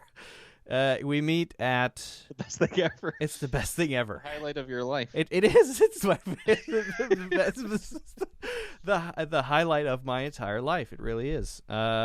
Just because I suddenly realized that not everyone around me in a situation just wants to talk about or complain about their job or what their friends said to them. I mean, I have to listen to that stuff all the time from people, and when I'm with a group of people and all they want to do is talk about chapter 7 of Modern Man in Search of a Soul, and that's it. It's heaven. It's heaven. There's nothing better than that. That's cool. Where do you meet? It's a public Secret place. location. It's a public place. It's 42nd Street and 6th Avenue. It's sort of an atrium place. Yeah. It's very interesting. What that looks like. Yeah. Cool. Well, yeah, the discussion that we had the last time is just very open. And even though we don't really know each other, or at least most of them know each other, but I don't really know any of them, it just feels very honest and open, and everyone's just saying exactly what they just they really want to get the most they can out of the work. Yeah. Yeah, it's cool. Anyway, I think, well, this week they're talking about Nietzsche, which I have very little interest in because I think Nietzsche's kind of a Scrooge. Super. He's kind of a Scrooge. He's got some good Super ideas, duper. but yeah. He's also kind of a man-child. Anyway. What was I Cried saying? over a horse. What a loser. I prefer his mustache. Just to the kidding. man himself. It sounds like he was very sad. I Yeah. could probably relate to him. Well, so Jung had this cousin that he was studying, and this cousin had these personalities that would constantly manifest, and it's very similar to this movie. These characters, Split character, yeah, Kevin's personalities manifest to cover certain things. It's not obvious exactly what they're covering, but you could say that the personalities that manifest are in some ways archetypes, where there is an old man who is very paternalistic because maybe her father was abusive to her earlier in her youth, and she was also going from adolescence to adulthood, which is usually when these sort of things begin to pop out and the personalities begin to manifest. But each, like Hedwig. I'm sorry. Right, exactly. He like anytime something that comes up that would mean something to him emotionally, he reduces to a childlike state in order to deal with it. Right. And basically. then there is the mother, who's one of the horde. I forget what her name is. What's her name? The female persona. Very balanced. Very same with the other guy who's in charge of the way with the keys and everything. He's taking care of all the details, doing the kidnapping and stuff. He's just like he's very businesslike and getting things done. But and she's the opposite of his mother. She is extremely in control of her emotions, and she makes sandwiches and she cuts the sandwiches perfectly, and she doesn't get upset or angry or yell because something is wrong. She doesn't have any sort of OCDs. So interesting. That is a compensation of a sort, right? And every manifestation, every new persona that comes out or pops out in the sort of dissociative complex is covering for one part of these sort of inadequacy, gurgling undercurrents that are popping out in this process of transitioning from adolescence to adulthood. And over time, each persona in Jung's cousin would get boring. In other words, it would be very interesting. It would be, speaking in High German at some point. Boring to her? No, just become sort of just him. start babbling incoherently after a couple of months would just sort of fade away, and then a new one would pop up. And so there's this process of there's a new one. It exists because it is covering something that is cropped up in the subconscious, and then it begins to fade into meaninglessness, and then another one pops up to cover something else. So in Kevin, the same thing is kind of happening, except he's able to move between them, and there's this idea of the light that they each grab. But his earlier personas, that was a phase for him where these are coming up to maybe cover the trauma that he's trying to escape from, which is exactly what happened with Jung's cousin. And then finally you have the over-personality that develops, which is part of this horde, which is sort of the final and perfected personality. Whatever you can say about that is a dark personality, but it is it's the final one. It's the last one that needs to be. Was it dark in Jung's cousin as well? No, it wasn't. It was just a progression of personalities that developed, and they existed simultaneously for a period of time, and then slowly they faded away as she matured and began to have social Is that usually the obligations. case with this condition, or do some people just persist with their? I think some people do persist, and it becomes a coping mechanism for well into adulthood, and it doesn't go away. But Jung had, at different traumatic times, Jung also had the disorder, in a way. Really? Yeah, to a smaller degree, but he developed ways to deal with it, where he found that if he recognized the personalities in himself, he had what he called personality 1 and personality 2. Personality 2 represented his shadow, and then later he had a personality was the anima, which was a female that lived inside of him, that asked him questions that he integrated. He decided that he would go through this process of integrating these, acknowledging them, and this mostly happened through artistic reflection. So he would build little castles out of rocks and just play around in the sand and paint pictures and draw little sketches and just try to understand himself and not try to make any judgments about his characteristics. This is something you can find in his biography, or his biography, semi-autobiography. What are those collected works? Oh, it's like the Red Book or something? Yeah, the Red Book is for his transition. Yeah, the Red Book. Okay. That's his transition period into enlightened Jung, if that's the thing. If it's sort of when things were still messy, though. It wasn't like he didn't arrive at any conclusions, or he was it is a very still working important it out. sort of.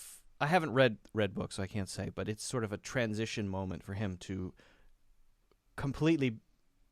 He went from that to then develop his full theory of the collective unconscious, archetypes, main personality types, and all of his later theories that became well known. It was sort of like this process of self-reflection, partly apparently due to his break with Freud, which was traumatic.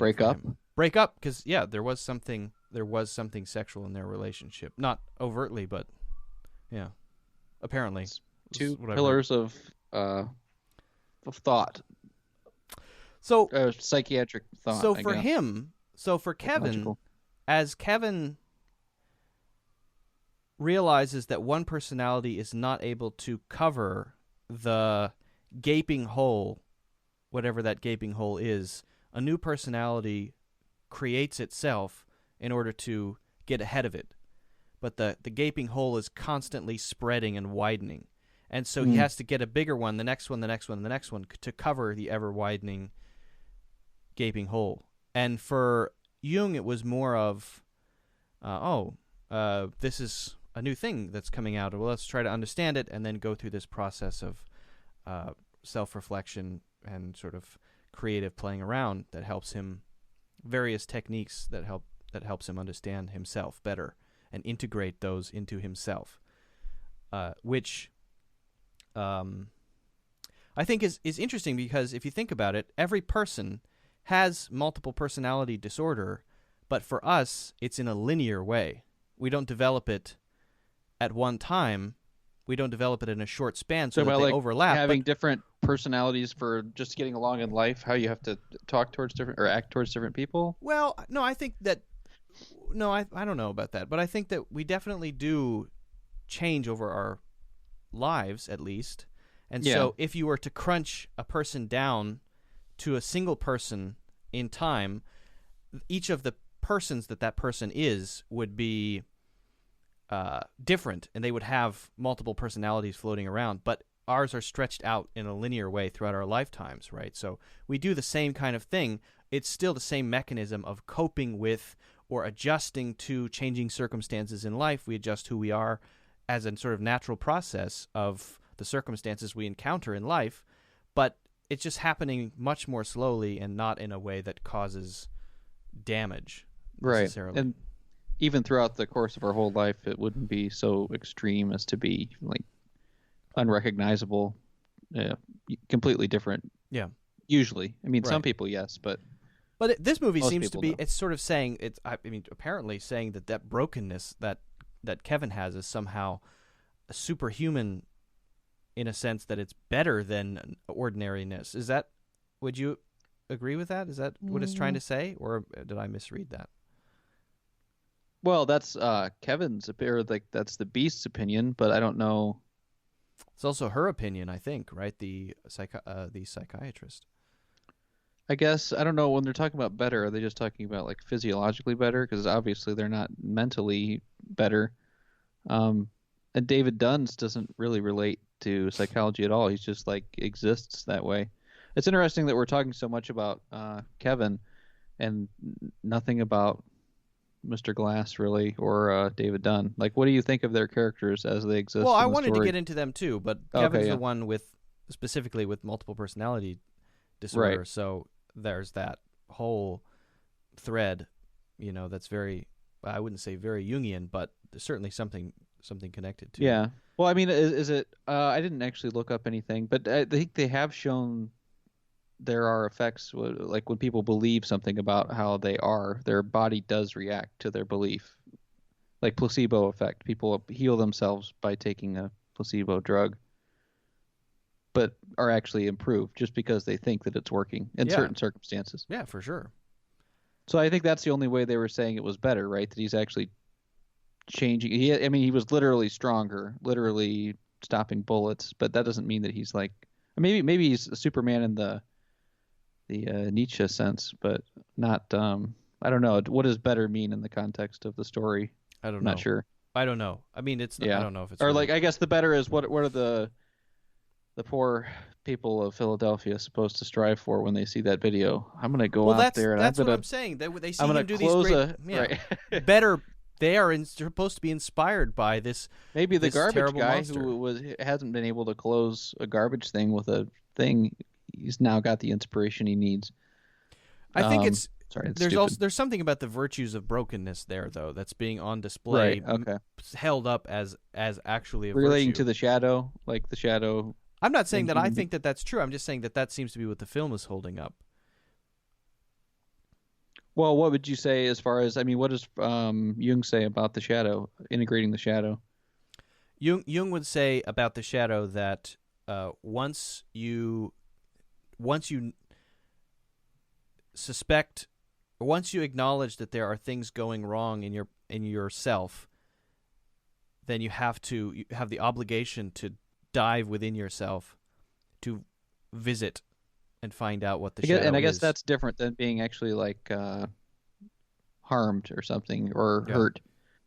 I don't know.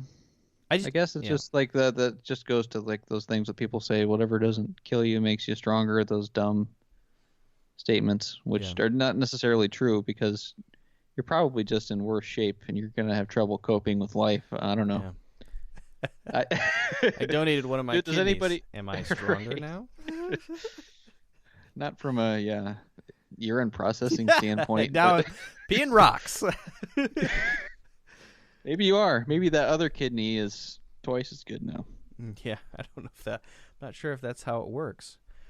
I'm not sure how I feel. I mean, like they say that with, like, say, athletic achievement, no pain, no gain. You don't achieve anything as like a runner unless you're suffering, or a weightlifter, or I'm a little conflicted about that because I'm not sure that's necessarily true. I guess you get a certain sense of achievement when you do something that's difficult and you succeed. Could be the same for going through bad things in life, but I don't know that it makes you a stronger person. More like, I mean, I don't know. I don't want to say anything definitive because I wouldn't want to offend anybody who's gone through something terrible and considers themselves better for it, because I'm sure there's a plethora of life experiences out there, but I would hate to say anything definitive about it. What do you think? Well, I think it makes people, I mean, for certain things, stand-up comedy probably. It seems like people who have a lot of anger and darkness. That's why just Jerry art in general Seinfeld is funny, but there's something lacking in.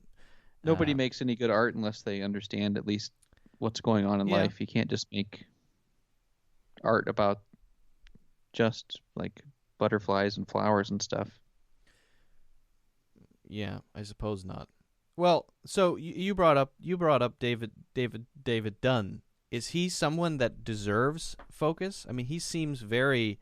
I don't really get any nuance about him or anything worth pulling out. I was just remarking that it's kind of interesting that he's the least interesting character in the trilogy. Right.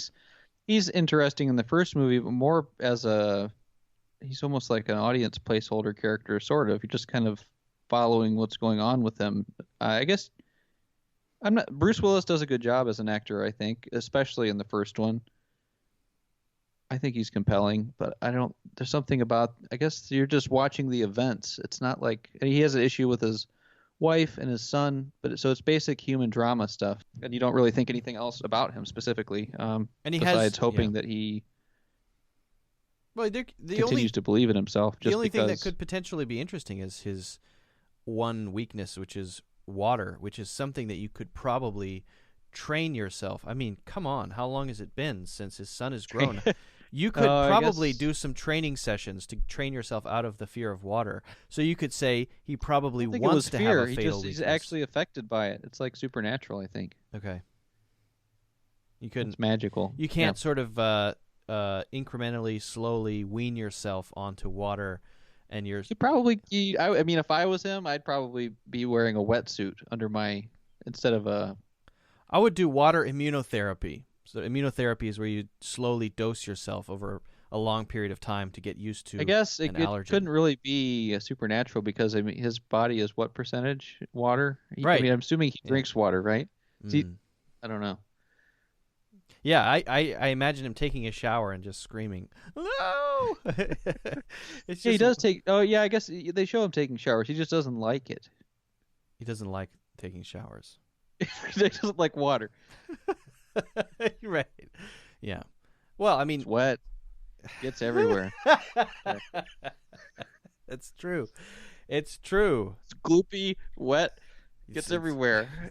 Yeah. I can't think of what to say that it would match exactly. Well, I think you did that without a beat. That was perfect. That was fine. I think to do a movie poster with Anakin Skywalker staring into the distance and the other half like a mirror, a David Dunn, like a water version. Right. And instead of Padme, it would be Samuel L. Jackson sitting in a wheelchair. Well, yeah, I just can't think of anything to say about David Dunn. Almost, I've got nothing. He's pretty blank as a character. I mean, you root for him just because I think that the first movie is strong. I'm not sure. Like I said, I had trouble thinking about what I like about him as a character, except that you want him to succeed. He's kind of an audience placeholder. He's just an everyman who's gone through something extraordinary, and you naturally want things to go well. You want it to be true, and then once it is true, you want him to succeed. Right. And you want him to get along with his kid.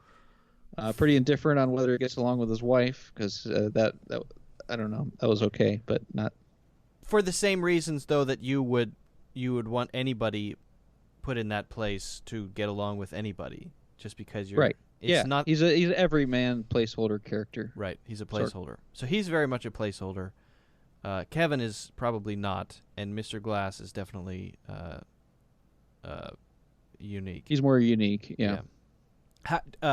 So, what's a good example of what type of character he embodies? Is he the trickster, like from the Native American myths, sort of like, which is I don't know. What do you think? kind of maybe he's something like that. I don't know. He's more of like in a god situation or a devil. It's Well, I was gonna say kind of both in one. Well, I was gonna or you say the beast is the devil and he's God. Yeah, which is kind of funny because he's supposed to be the villain of the story, but he is like God in the sense that if you look at God in the Old Testament, he does much worse than cause a train crash. God, a lot of train crashes in the Old Testament. Lots of train crashes. He shoots people out of slingshots into walls. He has people level cities. He sends floods and tornadoes and spam emails. Frogs. He spams all of Egypt. He spams them until they give up and let Moses leave, and then he won't let anybody forget about it. He's not cool about it. He's not cool about what he did for the Jews getting out of Egypt. Jewish people certainly haven't forgotten about it. That's their favorite book. In the Old Testament, the thing that really struck me about it when I read it last year is how often God brings it up. And by the end, sort of like, what does he bring up? Constantly saying, I, the God who brought you out of Egypt. Constantly, geez, God. I mean, we know, but that was my great-great-grandfather, for crying out loud. I mean, it's nothing. Well, it just shows how often they forget that he needs to keep reminding them exactly which type of God. Have you seen Noah yet? We have to stay on topic, but no, but I will. I desperately want to watch it. If I were really desperate, I would have already watched it. But yeah. Well, I can tell you're pretty desperate. So, okay, that's interesting. So, yeah, God, people have a problem with God. They think, like, whatever evils God allows to occur mean that God is evil, which it could look that way from a perspective, or it's just necessary evil in that to have existence, you have to have a construct with different context. You have to have light and dark, hot and cold. Things occur. Right. Mr. Glass sets up the construct or the context of this trilogy. So in that way, he basically is God. He's villain to, he appears to be a villain in the first movie, but really he doesn't operate that way. He's more of just he does. I would like to listen to some of his dialogue maybe in Glass and see how that would play, because I didn't think of it at the time, but I think he does cut somebody's throat. Right. Yeah. Who wouldn't? There are two things going on, I think, there. One is the God thing. He's the God of Job. He's Job's God. He's Old Testament God, maybe, and God Job, who will do this stuff in order to either make a point or create something, right? When Job basically proves that he's the most pious human who ever lived, and then God says, yeah, but you're not God, idiot, right? We talked about that in the last conversation. Yeah. He's that kind of God. He's the God who destroys the Hittites, right? He's that God. And so he is the villain of the Hittites. They would say, geez, come on. I mean, what are you doing? You're killing all of us. But in a broader context, obviously there are still people who pray to this God and people follow this God and people read this book and still say this is my God and the God that I believe in. And so there is a broader context. And so if the purpose for Mr. Glass is a creation process to bring out a higher form of humanity and sort of somehow push against if we're saying paternal forces of the status quo and create something new against that, whatever that is, the status quo or whatever, then he's able to just not consider the bodies that are ending in the train crash. He's not that's not part of his factor. That's not an equation that he's considering, or they're not an important factor in the equation. Oh, right. The only important thing is to find. Right. Well, on balance, it's okay if that happens, as long as I get, if I can create an opposite. It kind of reminds me of the in Hindu. Sorry, go ahead. No, go. I would like to hear about that. Well, it's in Hindu what? there's in Hindu mythology there is the story of the creator god, who it's not a destructive story, but he is alone in the universe, and then he decides to create something, and he creates. I think he starts with a cow. He becomes a cow himself, and he creates a cow, and then the cow runs away, and then he creates another animal and mates with that. He mates with each thing that he creates, and then so his creation becomes every living creature. I don't remember exactly. That's a little bit closer, works, I think, in because he does seem to start from a place of like emptiness or loneliness or thinking he's the only person like himself, and he's searching for David Dunn, which is different than the traditional Christian or Jewish with God sending his own son or sending a savior himself, because that's not the role he plays. He's seeking out life, and through destruction he's trying to find something, or he creates through destruction. I guess that's similar, but I don't know. It's influenced by something like that. I guess it's not. It doesn't have to be a direct. It's more interesting, I guess, that it's not direct. Otherwise, it would just be simple. Oh, that's that. It's just he does seem to be more of a godlike figure, or I guess he could be a trickster, because in the Native American myths, wasn't the trickster character basically God? Didn't he sort of function as the same? So it wasn't so much a devil trickster. It was the trickster who ended up creating through different means. Like there was the ridiculous one of him basically farting too much and pooping out the universe, which is ridiculous. But there are a lot of stories like that. Yeah. Yeah. There are a lot of stories of a malevolent character, or at least a character that's not good, not heroic, creating the universe. Or at least something creating the universe out of something bad, like Tiamat, right? Tiamat's body, who was an evil character, is the pieces of Tiamat created the universe, right? Right. So I guess it wasn't quite as clear. Like if there hadn't been a split and it just went to Unbreakable 2 and it was Mr. Glass versus David Dunn, what would have happened? Like what would Mr. Glass's plan be? I would be curious to know.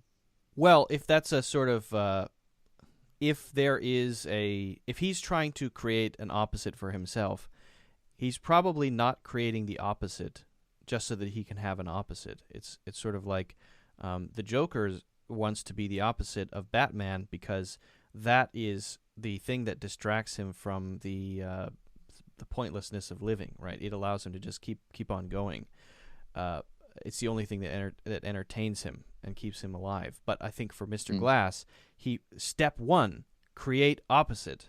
And once you have the merging of opposites, of me against Dunn, which is a pretty boring hero to be against, but whatever, then we create something new. That's why he has the other plan. If there was no Beast, he would still have probably this other plan. Still blow up this tower. Osaka Tower, right, to make a point. So he's trying to do something else. He's trying to create something else, but to do that, he would only take pleasure in David Dunn doing something superhuman and saving the day, and everybody seeing that. Then he just wants people to know that, or is that's his secondary?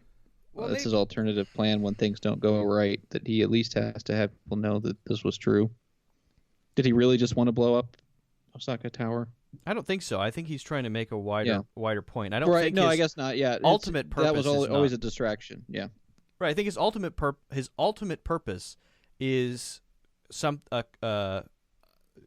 facilitating the transcendence of superheroes or superhumans. Right. He's just like Thanos. I know you don't like that, but just like Thanos, he has failed the first time, and now he knows that he cannot make any concessions this time. So he's even willing to kill his own daughter this time and do whatever it takes to achieve his goal, because he didn't do it the first time. He failed when he proposed the solution of killing half of everyone on his planet, and his planet basically went into chaos. So he's really, like, in the literal version of the story, he's just he's a guy that so psychotically believes in the power of comic books that he's making them literally true.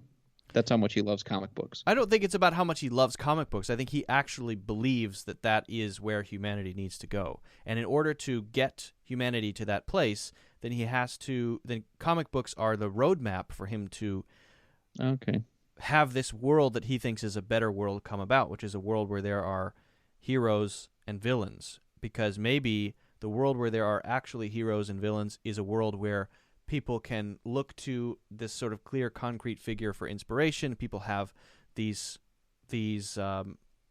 actual heroes rather than only fictional heroes to, I don't know, follow in their own lives or model or whatever. I think it's just he thinks it's a better world, and so he's so single-minded that the number of bodies that pass through the grinder is sort of irrelevant. Yeah, I like it. Makes sense.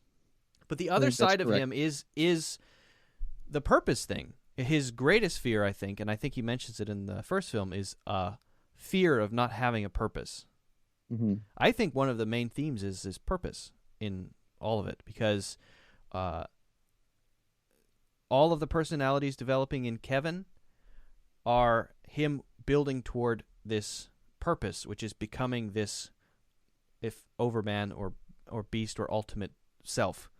That's the final perfect thing. He's striving for perfection. His purpose is to become this perfect self, but it's a long process, even though that self is kind of a malevolent character. Mr. Glasses doesn't have a purpose, doesn't know why he exists, and realizes that this fictional thing which exists in all of our minds is a great purpose to have if he can make it come out into reality. And maybe, why does David Dunn go on his walks? I don't know, really, but he must.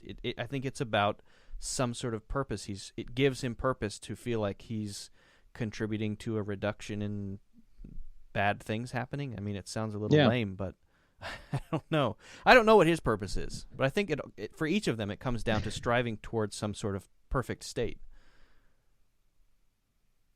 Yeah, I've got nothing to add to that. I think you described it well. I think that's basically what it is. What is it for David Dunn, though? I mean, there's his character. I don't know. I wish they would have made the hero of the story more compelling. It's kind of interesting that he's not, though. He's like the opposite of any superhero. He's just a regular guy who just likes to help people and save people. Walk around. Yeah. What are you doing? That's the only thing he's good at. I'm going for a walk. Okay. Save some people. No, he likes saving people. He likes taking care of people. He's got a security system company. He used to be a football security guy. He just likes protecting people. All right, leave him alone. It makes him happy. Yeah, it makes him feel good. No, I don't know if I don't think he doesn't seem to be happy about it either. It's just like his purpose. Yeah. Okay, so maybe for him it's boring because he's already attained his perfection. He's living in a state of, I mean, if you see someone who's attained enlightenment and they're sitting on a sofa, they don't want anything in life, so they're probably one of the most externally boring people you'll meet, right? They might be. Well, yeah, I mean, maybe he's attained enlightenment, and he's just that's what enlightenment is for him. He's carrying out his function, and it's his. Well, he probably, I guess, when he in the first movie when he saves some kids, I think like people end up getting murdered in that house, but he saves the two kids. He points to the newspaper article, and his son sees it to see that he was actually that guy. And the only he has like a face of like gratification, like this is true, I really am a superhero. But it's more about a like father and son moment than it is about him like achieving a certain personal status. I don't think he feels I don't think he's seeking fame or anything like that. He doesn't want anything like that. Actually, because he's trying to avoid being seen. Well, what you said, he's living in purpose, is an interesting idea. It reminds me of the Bhagavad Gita, which I recently finished, which I highly recommend. It's another. I almost bought it for you and sent it to you. Oh yeah. I realized how long is it? It's not that long. It's it's so good. Bhagavad Gita is so good. It is so in the Bhagavad Gita, the premise of the story it sounds really weird, but there are two sides about to go to war.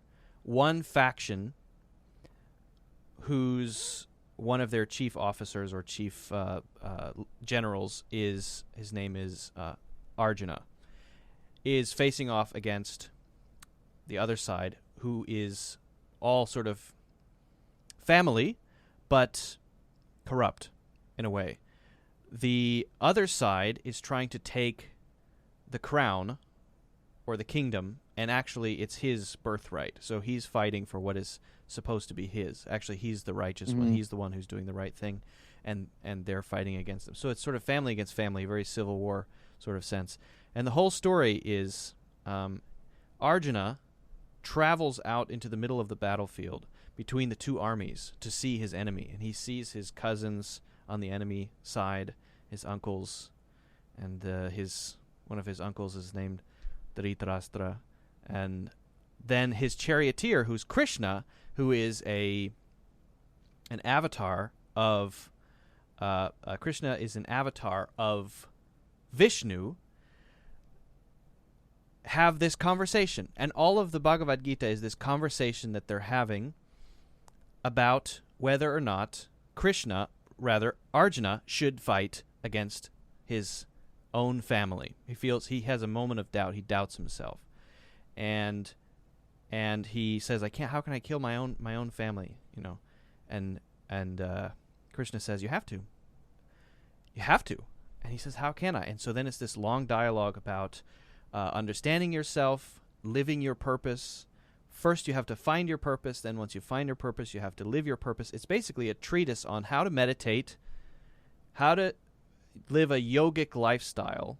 Not yoga in the physical sense, but sort of the philosophy of yoga. And he just walk through the philosophy of yoga and meditation, actually teaches them how to meditate. So they're in the middle of this battlefield before the battle starts, just talking about meditation.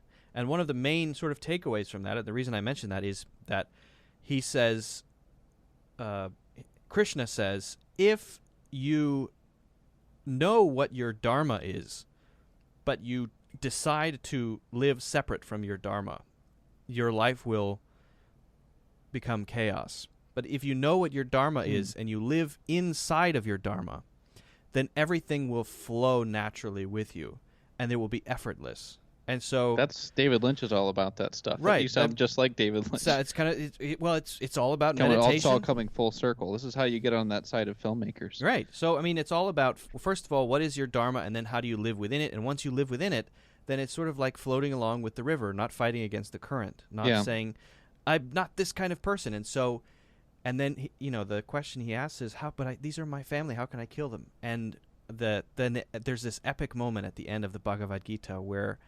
Spoilers. Krishna says, they're all already dead. I am time. I am death, because he is a manifestation of God, the creator God. They're all already dead. Killing them now is only, basically prematurely cutting short what's going to happen anyway. And then they have this long conversation, and it comes to a point where Arjuna asks Krishna to show him his true godly form, and Krishna does. And he gives him a third eye, and this third eye lights up on his head, and he's able to see Krishna's infinite form, and it blows his mind. He can't, because it's too horrible to see. It's not just light and flowers. There's that too, but at the end of it, it's these horrible jaws destroying people as they get old and die, and it's too horrible for him to behold. So then he begs him to take on his human form again. And then after he takes on his human form again, Krishna says, you're the only one who's ever seen that. And then Arjuna says, hey, if I've ever said anything that made you angry before, because we've been friends for a long time, I'm sorry. And, and then they part ways, and then he kills all of his family members in the war. So going to war and killing all of them is the genuine thing for him to do. So the solution is not to not fight your family. This is your dharma. Go kill them all. And that's what he does. So you're saying if you're a scumbag, like a politician or something, it might just be your game, your bag. Yeah. Yeah. Be who you are. Be who if you you're are. A slime bag, Well, yeah, that's an interesting concept. I don't know. I mean, that seems like that would have a limited amount of application, right? I mean, Well, if yeah. you're a murderer or a rapist, you probably shouldn't go with your dharma, right? Well, I don't know if that's quite the If you've got the voices point in your of it. head, yeah, that's true. I'm just saying, Mm-hmm. just as a Because I mean, I don't think anyone would say that there's no situation when war is not appropriate, right? So even now in our there's modern... no situation when war is not appropriate. Oh, sorry. I like that. There are situations in which Sir, war we're is out of cheese at Subway. Calling my... Wait a minute. You don't have my dry cleaning? You lost it? Maybe that's your dharma. Yeah. You're the guy My that dharma there's no is tingling. situation that war does not apply to. They came out all wrong. That's funny. I like that. No, but that's an interesting story. So you could relate that back to David Dunn in that he's a person just living his purpose. That was the achievement at the end of Unbreakable. Not that he's going to be Iron Man, a celebrity type. Not that there's anything wrong with being an Iron Man, but he just Thanks for that has the ability caveat. to help The people. old Tony Stark Yeah, caveat. I'm putting in all kinds of caveats now. No one's Don't gonna be a murderer. Marvel's okay. I'm gonna post this in the I'm trying to think of a subreddit. People where in this could still be Philadelphia aren't stupid. Marvel Machine X is okay. I'll figure out something. I'll figure out some way to. I don't think I've said anything that wasn't offensive so far, but Well, I know that was kind of a long kind of roundabout way of saying it, but I think that's interesting. We're kind of covering Unbreakable from a bunch of different angles, which is interesting. Just as a movie series as a whole, you would say it's a little bit less interesting to you than some of the underlying ideas. What would be the total value to you? Do you think? as a trilogy of movies, I guess. Well, because that's what they are. yeah. It's I don't think, for example, Split. I don't think it's something I'd watch twice unless I wanted to get more out of it. I think some movies have the right kind of things in them where there's stuff to pull out. There are interesting ideas to pull out. So I'm leaving. I'm right here. that's the value to me, at least when I'm, You mentioned we should talk about these three movies, and that is something I immediately thought would be a good idea.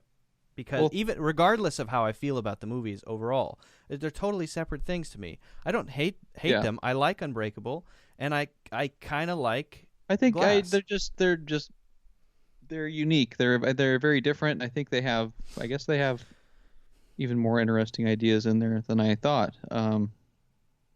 I just like they're kind of an anomaly in movies. They're their own special little thing over in the corner, which is nice. Which I even like it aesthetically for the most part. I know what you mean about Split. It's not like a feel-good movie or anything, but I just like how different they are. It's its own little universe you can tuck yourself into for three movies, and it does. I think it sticks with you. It does stick with you because you can remember Unbreakable. What, 10 years, 20 years? How many years later now? 15 years later, many years. having not seen it. Yeah, I think I only watched it once. Yeah. So there's something. I think there's a lot of quality there in a certain way. They're not perfect. They're not like masterpieces, I guess, but in a certain way, I think there's a lot of quality there. So they deserve to be watched, and there's stuff to appreciate. That's what I would say. There's also something to be said for making something that's somehow real, whatever that means. If you make something that seems true or real, well, whatever that is, there's something that resonates, and that's easier to remember, or it's something that makes you consider it after. That's really cool. Like, it's interesting too that when he did the first movie, it was before any good superhero movies were out. Right. So it was almost one of the first superhero movies, and now there's been 100 since then, all the way up to, some of the Avengers movies, and then to kind of still keep it on that level. Right, he didn't change it. Flying around. Yeah, that's pretty awesome. It's brave that he didn't say, "Oh, well, look what DC's doing over there." He stayed with the original this vision. is my little tiny thing, and it's going to make sense in its own world. That's what's respectable about about Shyamalan's films, I think, Mhm. is that he has, even if there is that sometimes that forced quality, sometimes at least there's a purity of vision, right? And there are certain elements that feel true in the sense that they're not cheap entertainment, but they resonate more deeply with in whatever way. I personally assign that more value than I agree. whatever. Yeah, I like that more. But it's not two that there different is things. not value in. Yeah, it's two different things. But as far as what I would put higher on a shelf or something, I would put his movies up higher than Marvel movies to me. Yeah, I guess it depends. There, on you could put that in the Reddit for the criteria, though, right? I mean, is the criteria? I'm gonna invite my 3 personal friends taste. over, and we're gonna eat pizza rolls. What are we gonna watch? We might watch a Marvel movie because we're gonna drink some beers, and we're gonna be playing Yahtzee as well. So we'll put on a Yahtzee. Marvel movie. But if you're sitting down by yourself and you're in a reflective mood, you might. The Or if you have shelf thing. very I don't know about that because I think there are interesting different friends shelves. that like to talk about like things with you. You might watch a movie like that, right? Yeah. No, Oh yeah. I don't. It's a good excuse to watch that kind of movie. I mean, I think that's the whole reason I would like to do these kinds of conversations. However you might feel about them, the exercise of it is very interesting. Obviously, I enjoy these conversations enough to have them, and I do enjoy them. Actually, I worry that I'm not going to bring anything interesting to the table. That's all. I haven't thought about them enough to be able to say anything interesting. But I guess I maybe can help provoke an interesting discussion, and I like them enough to say something about them. Something about conversations online where people seem to consider themselves an authority or trying to like present something like this is this piece of content we've produced about this other piece of content. I don't like that, but I don't think that's what this is. This is just a that's why I free-form don't really discussion. like movie reviews. Right. Yeah. Yeah, Because I think that's what that is.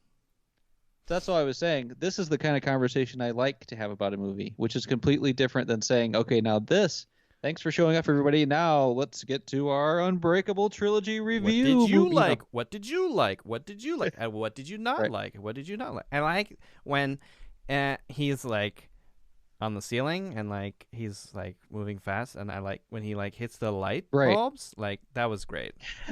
That's all I was saying. I don't want to have. I was Yeah. just sometimes like setting something up too much seems to me like it's going to be like that. What I should know better. It would never turn into that. We get off on too many tangents anyway. Well, so. yeah, that's the joy of it. How I will say though that I don't regret having our Star Trek conversation, even though that was mostly review. Like I think that was worth having because. Looking back at it was good to talk through it, just to sort of get it out. Some things are better vocalized.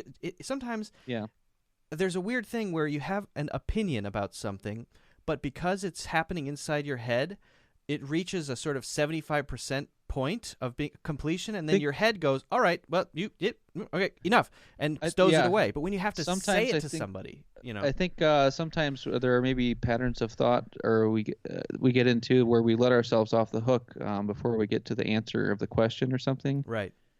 Like you said, you get to 75%. You don't have to think through the whole idea but when you're faced with having a conversation, you have to say, oh, wait a second, what do I really think about that? And then say it. Otherwise, there's just dead air. Right. So you have. There's a pressure there that I think is good. But the pressure there is the whole point of a conversation. Yeah, well, some people think the point of a conversation is to win an argument. Aren't those the worst forms of conversation? I guess we've probably had them to a degree, a little bit, but I think a lot of seems like online discourse is usually somebody trying to win an argument, which is less of a conversation and more of it's just about winning the argument. It becomes a debate, which is boring. Real conversations are just about like the possibilities. Unless that becomes an organic thing, because we often get hung up on the debate of what is meaning and what is truth and what isn't it. And when that happens, it's not like we've decided to set this thing up. It's just where we get locked in this sort of well, I think we've gotten better at that over time. I think we used to argue about it, and now we're starting to argue again. Never mind. But you are predisposed to a warlike position with all things. Well, I know. I think you are. That's not me. You're predisposed to a warlike position. I think You said war was the answer to every question. Total Yeah, warfare. right. Yeah, I forgot my policy. War. I was What did I say? sorry. War is Joke too the. deadpan. War is the. There is nothing that war isn't the right answer to or something. There's no problem that war well, can't there's- solve or something like that. They came out all wrong. It came out all wrong. Yeah. It was supposed to It's a be very a war funny as idea. the last resort. But It's a- for yeah. you made it the only and first resort. Do you think there's anybody who actually thinks that if I think if there's certain only animals society that would let function me that way. would let me start a war over everything, or let me Or one of our cat on the porch is like that with other animals. It's something very fundamentally funny about that outlook toward life. It's kind of like Worf. That's why Worf is funny, Yeah. right? Yeah. Speaking of That's Star right. Trek, because he always, "Can we fire, sir? My honor. May we start a war?" Yeah. There's the actual his actions and what he says and what he Alexander. what he wants to do, his natural tendency toward the aggressive posture, but also just the way that he thinks in general. The most important thing is his honor, and the most important thing is maybe being or feeling that he is a warrior deep down. His entire race. And he takes that personality and wraps it around the whole ship. He wants the ship to embody his feelings of war as well, probably. Like right. He mellows. so fire. He mellows fire out phasers. though. Yeah. Well, how could you not mellow out over time when you're surrounded by a bunch of nerds and Right. Bunch ladies of walking around in their yoga geeks. tunics all day, Yeah. and you're just drinking in a bar with a bunch of robots playing chess? Eventually, you're gonna mellow out. There's no. Yeah. They dressed you up in too many costumes on the holodeck. Eventually.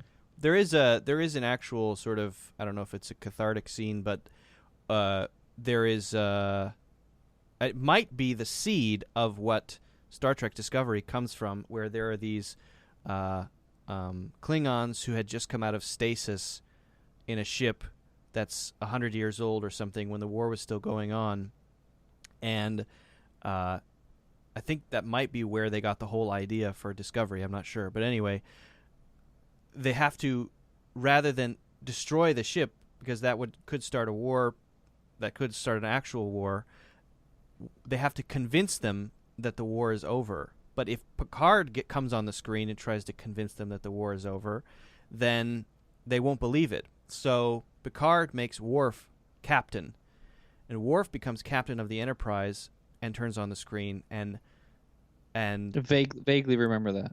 he takes the posture of calling out their warlike nature, calling them barbarians, and saying we're much more enlightened now, and turn your ship around. He's strong but very Picard-like in his way of dealing with them. Interesting.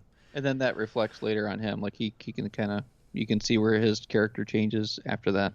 Yeah, I think to a degree. Well, yeah, Well, yeah. Having a kid was a part of it too, right? I think a kid was part of it, and also there's a really key.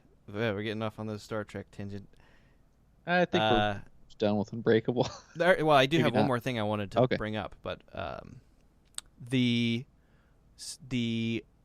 episode called Schisms, which a lot of people don't like, is about when Worf is coming home from winning a Batleth tournament. He finds himself, he passes through some sort of fracture in space-time and finds himself skipping through realities, parallel universes, basically. And in one, he didn't actually win the Batleth tournament. In another, he is married to Deanna Troi. And, yeah. And eventually, at the end of the episode, all of the Enterprises show up, and one of them, Picard, is dead, was killed by the Borg. Riker is still on the Enterprise. His hair is all frazzled. He has a beard, and he's still fighting the Borg by himself on the Enterprise. And they have to blow up Riker's ship because Riker starts firing on the shuttle. It's so great. He's lost it. But Riker sees Picard on the screen. Oh, it's good to see you, sir. He's so that was the overwhelmed. actual Jonathan Frakes. Like that's the guy. Yeah. That version. Yeah. The Jonathan Frakes we have is the Borg Riker that gets blown up by Yeah. Okay. He went on to direct movies in that state. But after Go that ahead. is resolved, then Worf sees the possibility of being with Deanna Troi. They are together by the end, and all good things. They are together as a couple. Then they erased that and made somehow Riker and Deanna Troi then a couple in the movies. Unfortunately. Yeah, that was bullshit. I forgot all about that. That's ridiculous, right? So they developed this whole line where it's Worf and Deanna, and it feels right somehow. Mm-hmm. They earned it. And then they just wiped it out and said, oh, well, you remember how episode 1, there's this tension between? Let's make it Riker. So stupid. So those stupid. movies don't exist. Dingus is... Yeah. Yeah, they exist. So no, not they're not. They didn't really happen though. No. As long as we're agreed on that. So are the new episodes getting bad with Star Trek Picard? I haven't bad? watched the most recent one. The last one that I told you that I liked is the last one that I saw. So 4. yeah, I gotta watch. I'll probably watch. See, the Rich and Mike didn't like them. Yeah. Well, It's fair. I don't know. I'm liking them so far. I mean, at least I like episode 4.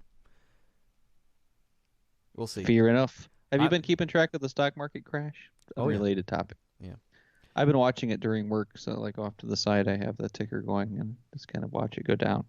Whee! Is this the big one? It seems pretty big so far. I don't know though.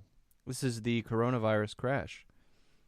Yeah, well, we were talking about that before. Like, it's so crazy that there's this coronavirus stuff happening and the market keeps going up. But I guess it's because everybody buys the dip. Like, that's the idea of we're gonna buy the dip, and then when it bumps, we're gonna make bank. Right. They don't care what happens. It's nothing is tethered to like any fundamental. That's the hubris of thinking that a single individual or some sort of person who can make commentary understands this fundamentally ununderstandable thing. It's the market is something that fundamentally can't be fully grasped by any single person or predicted. Right. You cannot, because it operates on a higher level. Could be, yeah. Unless it is, I mean, unless you could look at it and just say, well, that's obviously bullshit. I mean, that's going to crash someday. Well, but then that is a thing that then loops back into the market. Well, that sort of commentary then loops back into the market, and then in a way, the market itself is a higher intelligence than any single person, which is an interesting thing by itself. I don't know. Sort of, in a way, intelligence seems like a optimistic word. Because it has corrected itself according to the spread of the virus. It is an auto-correction that the market is making, made up by the individual decisions unless it of crashes, people. And it just shows that like things are fundamentally unsound. Right. Like, and that they're not tied to actual value. Like it's all inflation, and there's no doubt about that, right? But it's this. Well, I mean, there is doubt about it as long as the market continues to exist. I mean, because it doesn't really serve any purpose except to like untether real wealth from real things and put it in this like hyperinflated virtual space of bullshit to allow companies to act in ways that are like arbitrary. You could say the same thing for money itself, though. Well, I'm just saying the stock market doesn't. People will say it's good, it drives business and whatever, but it doesn't really in the way that it should, right? In the way that it used to. It's not like shareholding contributing to a company to make that company succeed. It's just riding waves and inflating currency to the point where eventually it's going to be entirely worthless and just completely explode, and then we're all going to die. So it's like a death machine. It's maybe not all going to die. But I'm just saying it's bad. It's not healthy, and it's bad for regular people, and it should crash. It should end. But I don't know how. It'd be nice if it didn't. It'd be nice if it ended more in a Bernie Sanders way. You know, where it just like comes down a bit and just Yeah. Or Hillary could go in and tell them to cut it out or something. Cut something the crap. Like that. That's what we need. Yeah. But I don't know. You don't think that's true, or that it's just all doomsday scenarios? They're just gonna be able to prop it up forever. Because I was watching at the end today, and it was crashing again, just like it had done the past few times, like going down to like 900 or 1,000 points right at the end. But then there was some sort of, it looked like the Fed pumping in money. At the end, it went up like 400 points randomly. So and they've been doing that for a while, since like last year. So, right. I mean, what does that mean? They're just creating money, pumping it in so that it never crashes. Well, there's only... And what does that do to the dollar, right? Well, not that I really know what I'm talking about, but there's only so much of that you can do. And because they've been doing that for so long, that now it's in a less stable state than it would have been if they had just started doing that. In other words, like it's an stock artificial market, correction. right. The artificial corrections are already pushing it toward the margin of instability. It allows the dream of what money is in the stock market to continue to exist, whereas coronavirus is like where the rubber meets the road. It's the reality.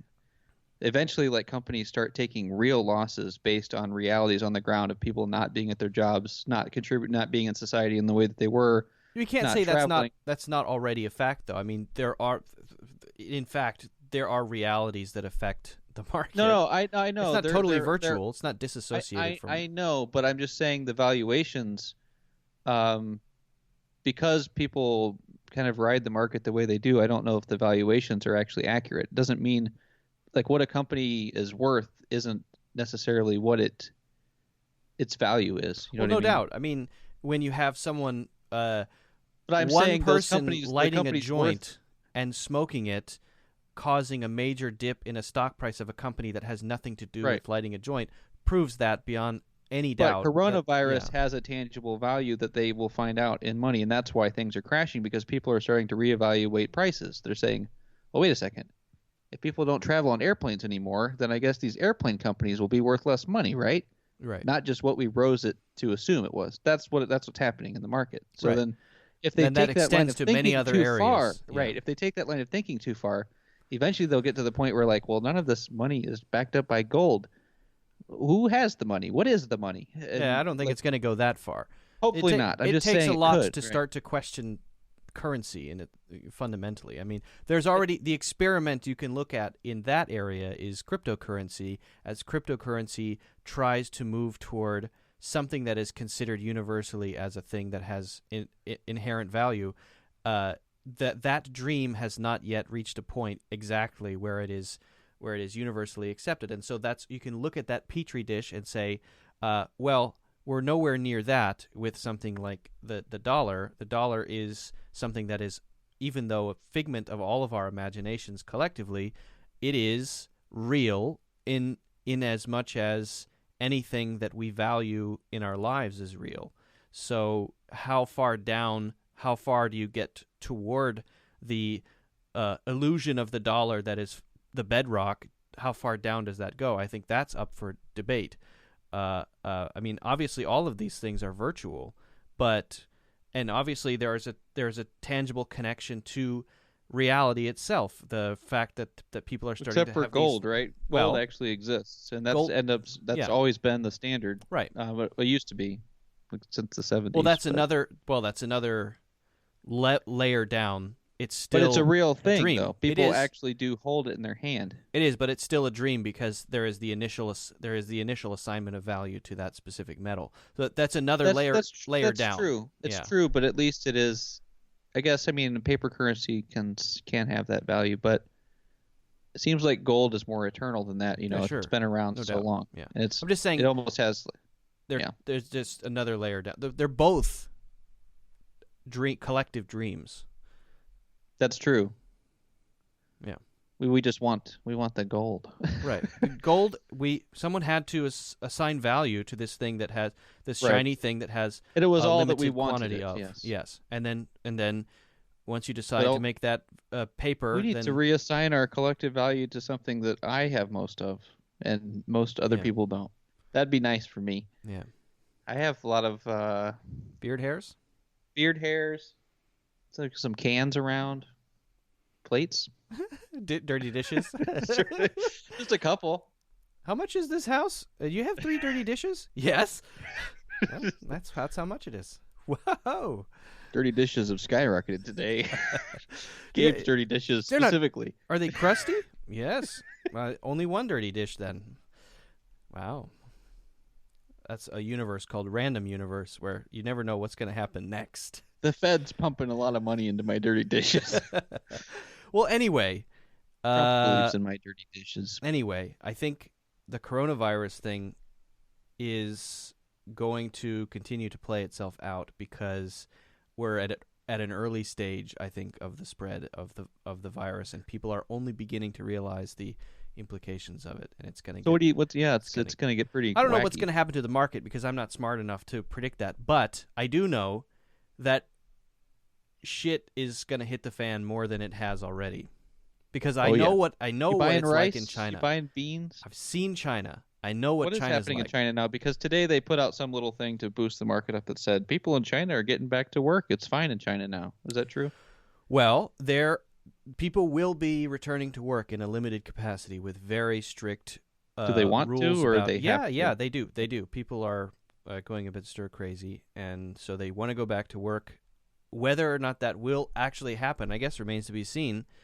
Some people still are going to work, but they have a lot of processes in place now, and I think it's going to fundamentally change the fabric of how people interact with each other. I mean, it all stand to slow down a little bit. For a long time, I think people are going to take people. serious precautions in their interactions with people, and I think the way that people, for example, eat in China, where you have even when you're with your family, sort of a plate in the middle and people grab things with a chopstick, that's going to be gone. They're going to change the way they eat fundamentally. It's going to change eating the culture. Like antisocial Americans now.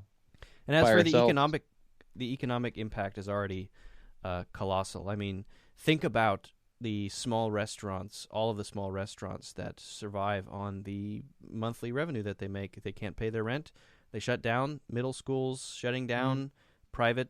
All the travel shutting things, down, everybody that's affected by travel, hundreds of billions stores. of dollars just. And this is, I mean, and it's barely even, nobody knows the end amount of it. I mean, it could really be like the biggest depression in the history of we have no our idea. Recorded record. Right. And statements that are being made about, well, it's going to end in April or whatever. People who warmer. It's so stupid. They don't know. That doesn't make any sense because you don't know what's going to happen. You haven't seen this before, so how can you say that? We should be in mild panic mode. People like panic to just mode. say optimistic things. So what are you doing? Are you gonna convert any of your dollars into gold? No. Just out of curiosity. Nope. Because if shit ever really hit the fan, I mean, it would be nice to have a little gold around, wouldn't it? Just like a. Well, I'll borrow some from you. 1,000 Robert De Niro's. I don't have any gold. I was considering buying $20 worth of gold tomorrow. Here's my way of thinking, and it's maybe dumb and limited, but anytime a crisis happens, the knee-jerk reaction is to panic and do something sudden. And I think the only way to mitigate the negative, the extent of that fallout is to not panic and do something sudden. Maybe it is a good time to watch Noah. He planned ahead. Yeah, so I'm going to do nothing. Okay. Yeah. And I'm on the hope that nobody's going to do anything. That everyone does nothing. Because if everyone does nothing, then it'll be okay. Well, I keep planning on planning, but I haven't done anything yet, so I'm still just planning to plan. I'm not much of a doomsdayer myself. Well, I'm just saying if you put more credence in the fact that things are going to change, have you thought out the scenarios that would actually occur in your community, like when that happens, and what you would need to get through the day? Do you have enough cat food to get through a month without going to the store? I think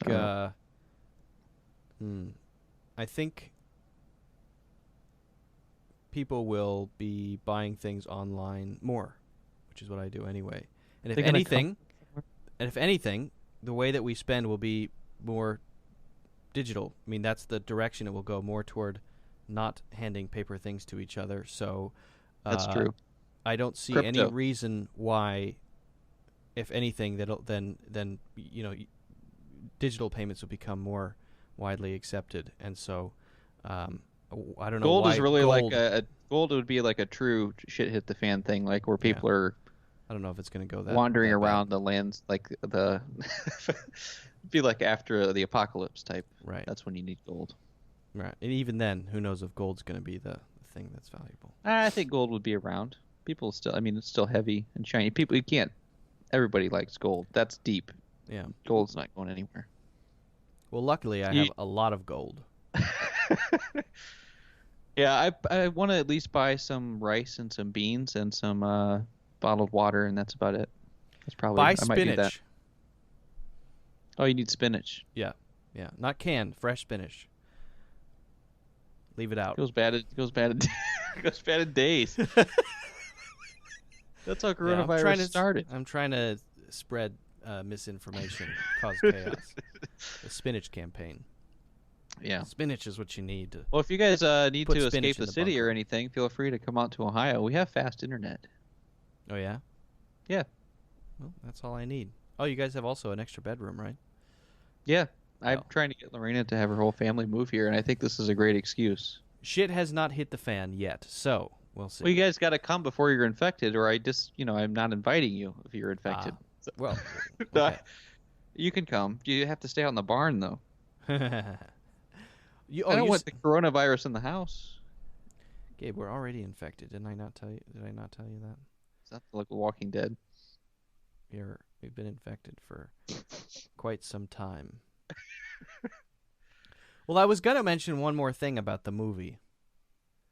Oh, I hope somebody stuck around for this last part. Somebody that came only for Unbreakable, but they sit through all of our other tangents. It must be just really that'd be difficult. Yeah. No, they came for Tell the coronavirus timestamp, but they're purists, so they don't like to click on the timestamps. They like to just know what they are, but they like to watch all the way up to it.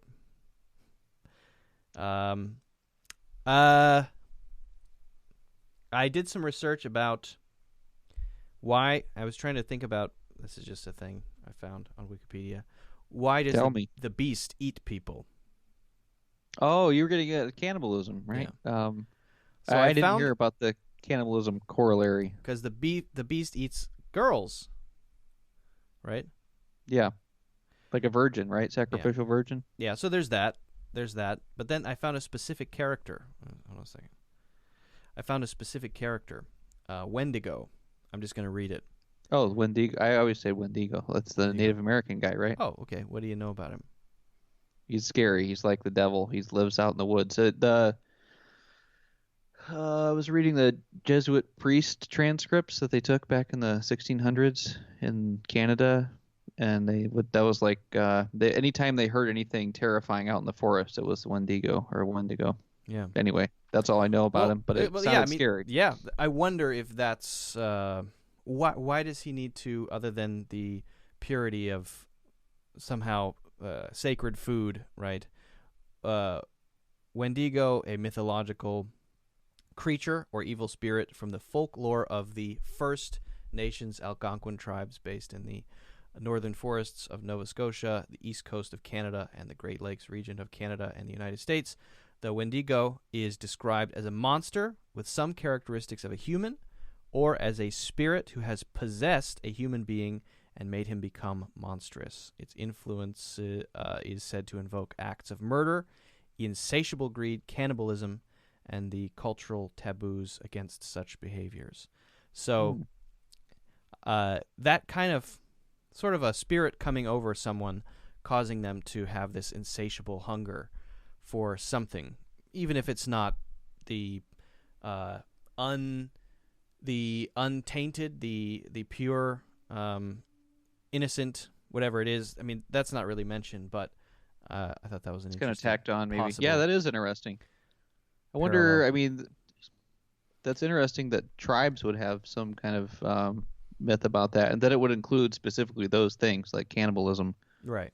Well, it's sort of like when he goes through his personalities, it's like there are spirits passing through him, right? It's like, now I'm possessed by this one, and now I'm possessed by this one, and this is the worst of them. Well, why do even say like serial killers do that, like certain mass murderers? Why do they do that?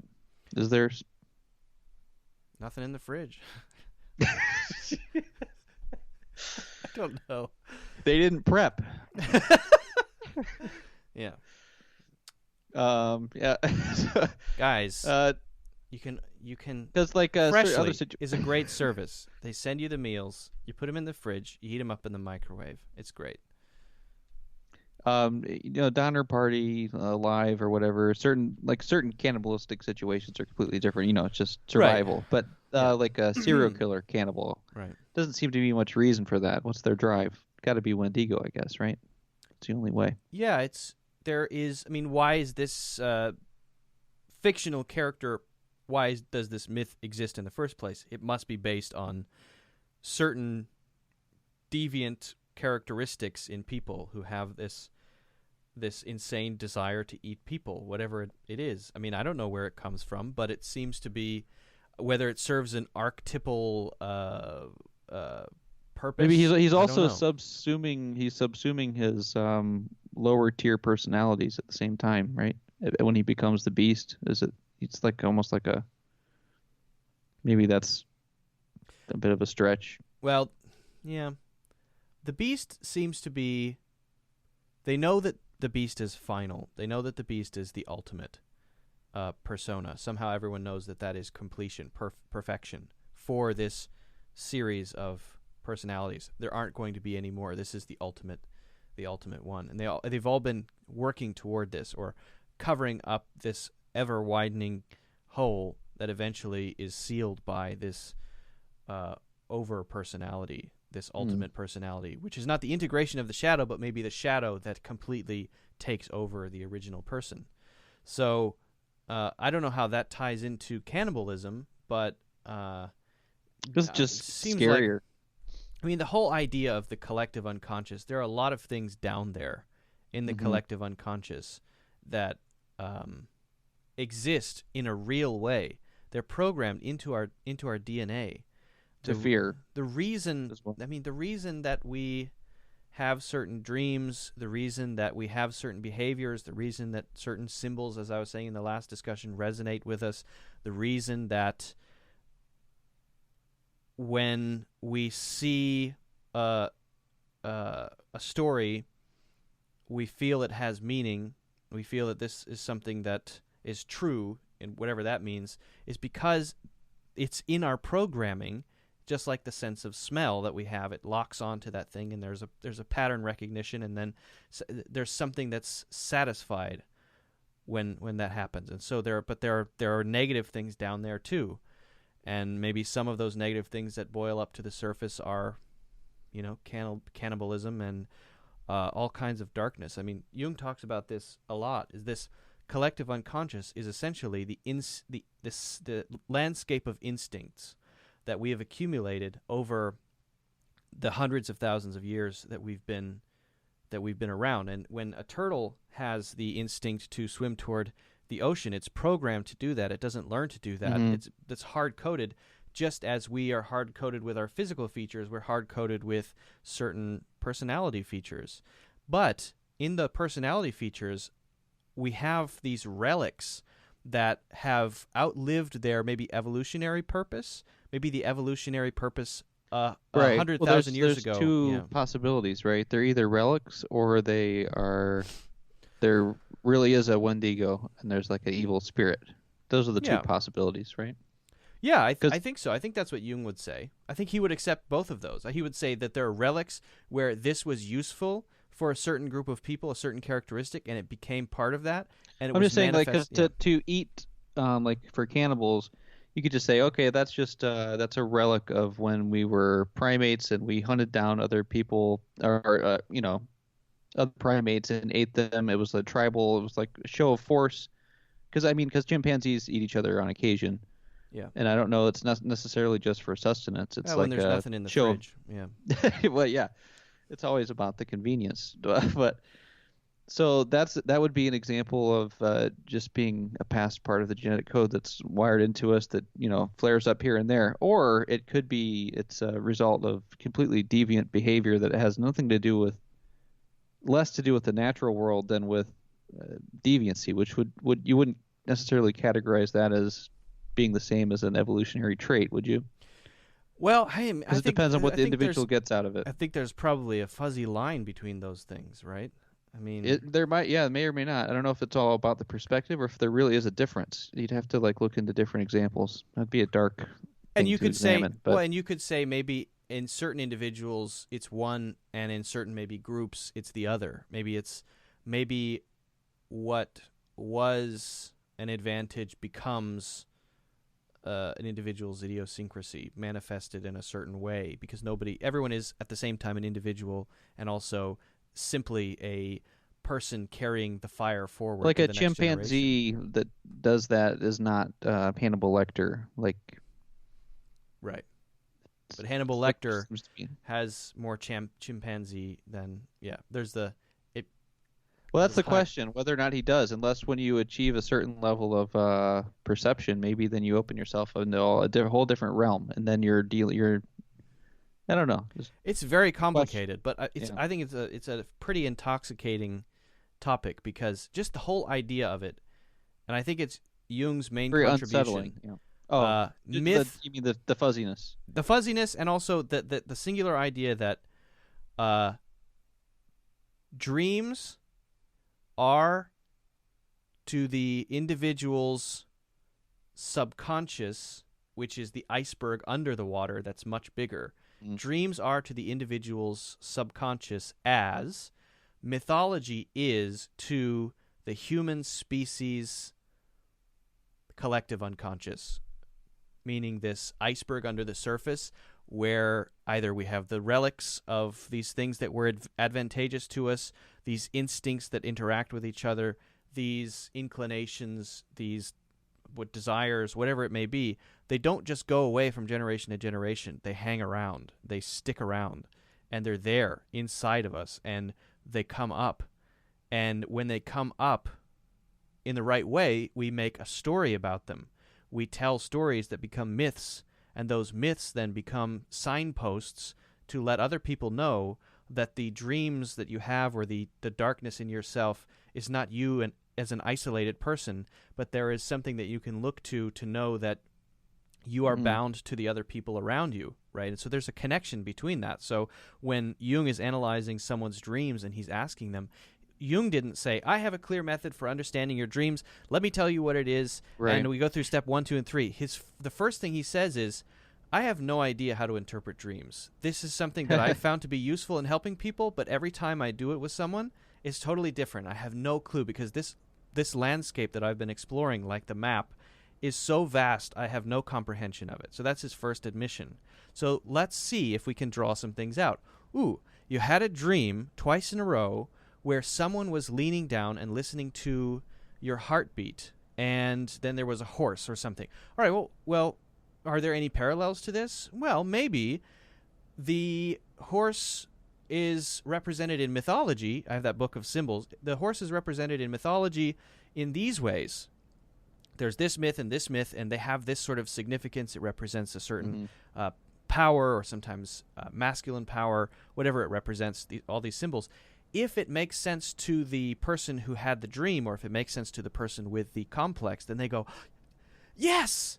Yes. So he says, it's not that I find some solution for you. It's that luckily I've studied a lot of mythology, and I can sort of bring things up. And when you have to be the one to say that is what it is for me, because it feels true to you, then you're able to untangle the knot that is the complex. That's, I think, what he would say. And that is, I think... Have you found reading Jung's work, does he lay out a lot of those things so that you can relate past dreams or experiences you've had and kind of get meaning out of them through Jung's stated interpretations? They're not interpretations, just statements of what tends to be true for the collective unconscious based on his totality of interviews with people. Does he lay that out or no? He lays out, a lot of cases and how people have been helped or not helped. Okay. And he's very balanced about it. He just sort of lays it out as it is, and you should read some Jung. I think you'd really check it out. I think you'd like it a lot. All right. Will be the moral of the story of the man who didn't prepare for coronavirus. That's going to be a trope of the future. Now, remember when Dad didn't prepare for Y2K and he was very proud of it? Yeah. He was right. I always respected that, and I guess I'd like to be like my old man. At the same time, though, it wasn't nuts to prepare for Y2K because Y2K actually did happen. Well, then our neighbors who had cans in the basement were correct, but I don't remember being affected by Y2K. That's right, because we don't realize that we thought, oh, nothing happened. Well, oops, I guess they were wrong. They weren't wrong. They were working around the clock for months to fix all the systems, and they did. They fixed it all in time. So what about Herculean coronavirus? Effort. Coronavirus. Did they fix it? The crazy thing about coronavirus is if you look at it as, well, how deadly is this? It's a lot less deadly than the regular flu. Nobody knows that yet. Maybe, but it's so infectious that's the Nobody danger. knows that much about it. And I've heard things like people that get reinfected, or you can get reinfected after you've had it, and you can suffer greater for it. So I mean, hopefully that doesn't happen in China with people going back to work and whatnot. But hopefully not. We'll see. China's a good laboratory. Except we don't get any results. I mean, I'm just saying, like, we don't know what the results are. It's completely numbers. Yeah. Right. It's like, the lab test came back. It's kind of smudgy and blank. Yeah. It's and it's been redacted from the record. And they took the result. It's in jail now. The results are in jail.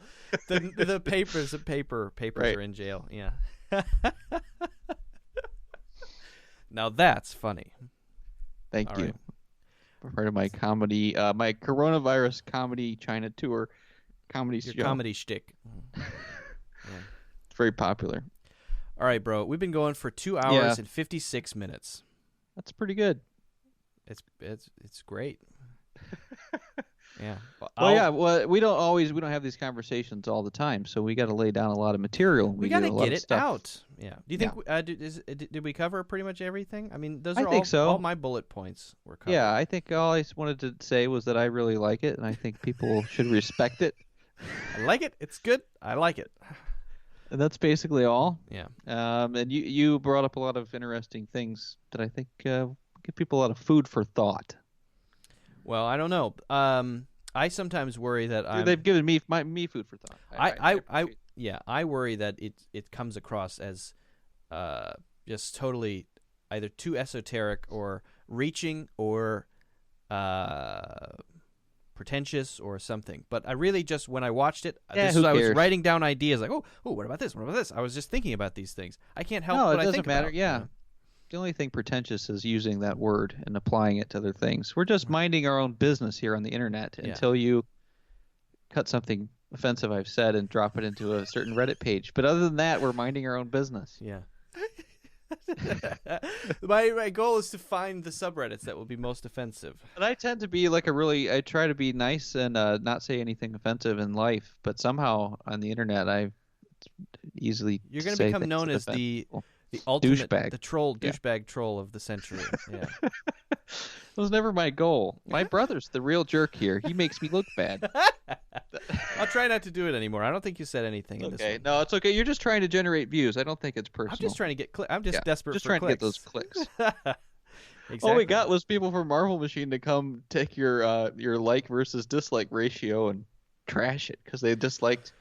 I was such a sad person about Marvel Machine X. I think that helped the channel. I mean, the dislikes are just as good as likes, I think. Yeah. Did I agree. Did Marvel Machine X get finished yet? Are they done yet? Almost done. I would have heard about it. It would have been on front pages told you. Around the world. Yeah. Gabe, guess what happened? The Marvel Machine X is done. The markets tomorrow will go like this.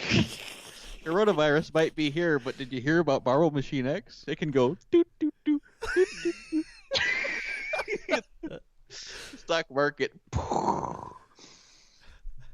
I support Marvel Machine X. It killed it's the great. coronavirus.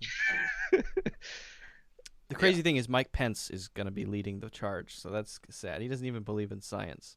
Do you think Trump's doing that just to throw him under the bus? Like, it wasn't my fault. It was Pence. Yeah. I'm reading Passage of Power about Lincoln and Johnson right now. Oh yeah. And or not Lincoln, Kennedy and Johnson right now. And oh, Kennedy. I thought you meant Andrew Johnson. I was no. okay, yeah. Kennedy and Johnson. Kennedy constantly was throwing Johnson under the bus. He didn't like him at all. Is that why Johnson had him shot? No, Yeah. I don't know. Yeah, that's right. If you're gonna have a guy shot, you shouldn't be sitting right next to him. Probably it's a little Johnson's dangerous. only dream in his entire life, the only thing he ever wanted was to be president. It's the only thing he cared about Really? in his entire life. Yeah, he said at some points, I will do anything to become president. Ended up like hurting. He wasn't that. I mean, he didn't do a great job. He did a decent job until the Vietnam War. Yeah, That was a big issue. He passed a lot of good social programs. No, I was reading about he but I mean, it kind of affected him. He didn't live that long after he was president. His hair went completely white. He was just like trashed instantly from presidency. He had to resign. It didn't end up being worth it for him. He didn't resign. He just didn't run. Well, again. he did. Yeah, didn't seek re-election. Yeah, because he knew he would lose. I don't think it was because he was Right. old. I think he knew he would lose. His greatest fear in life was humiliation. Well, I guess he didn't suffer that too badly. He did when he was vice president. They were trashing him all the time. They called him corn pone. That's what the Kennedys called him. They're at their Harvard Club dinner parties saying, "Oh, corn pone over there." This is mocking him to his face. Those would be great videos to see. His wife, they called her. When Kennedy and Bobby Kennedy were talking about Johnson behind his back, they called him, and Johnson and Lady Bird, they called him corn pone and pork chop. Oh, That's poor not Lady Bird. That's not nice.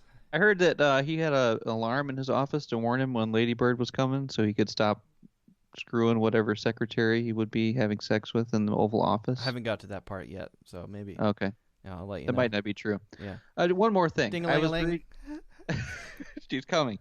Or maybe he had a lock on the door, so like maybe when she was coming, he wouldn't stop. He would just like press a button and lock her out, so she couldn't come in. I don't know. He cheated on his wife a lot. He wasn't a very nice guy in that respect. Yeah. And the Vietnam War, that wasn't very nice either. He also But I was invented the moon. That was cool. Yeah. When we got off of the gold standard, it was Richard Nixon era in the 70s. Yeah. And the reason we had to get off of the gold standard and inflate all this money because we needed more money was so that we could fight more in Vietnam. Yeah. So at least we had a great reason to go off the fundamentals and Heck yeah. destroy everything. Yeah. Oh yeah. War. Always War. number one. Yeah. War first. War.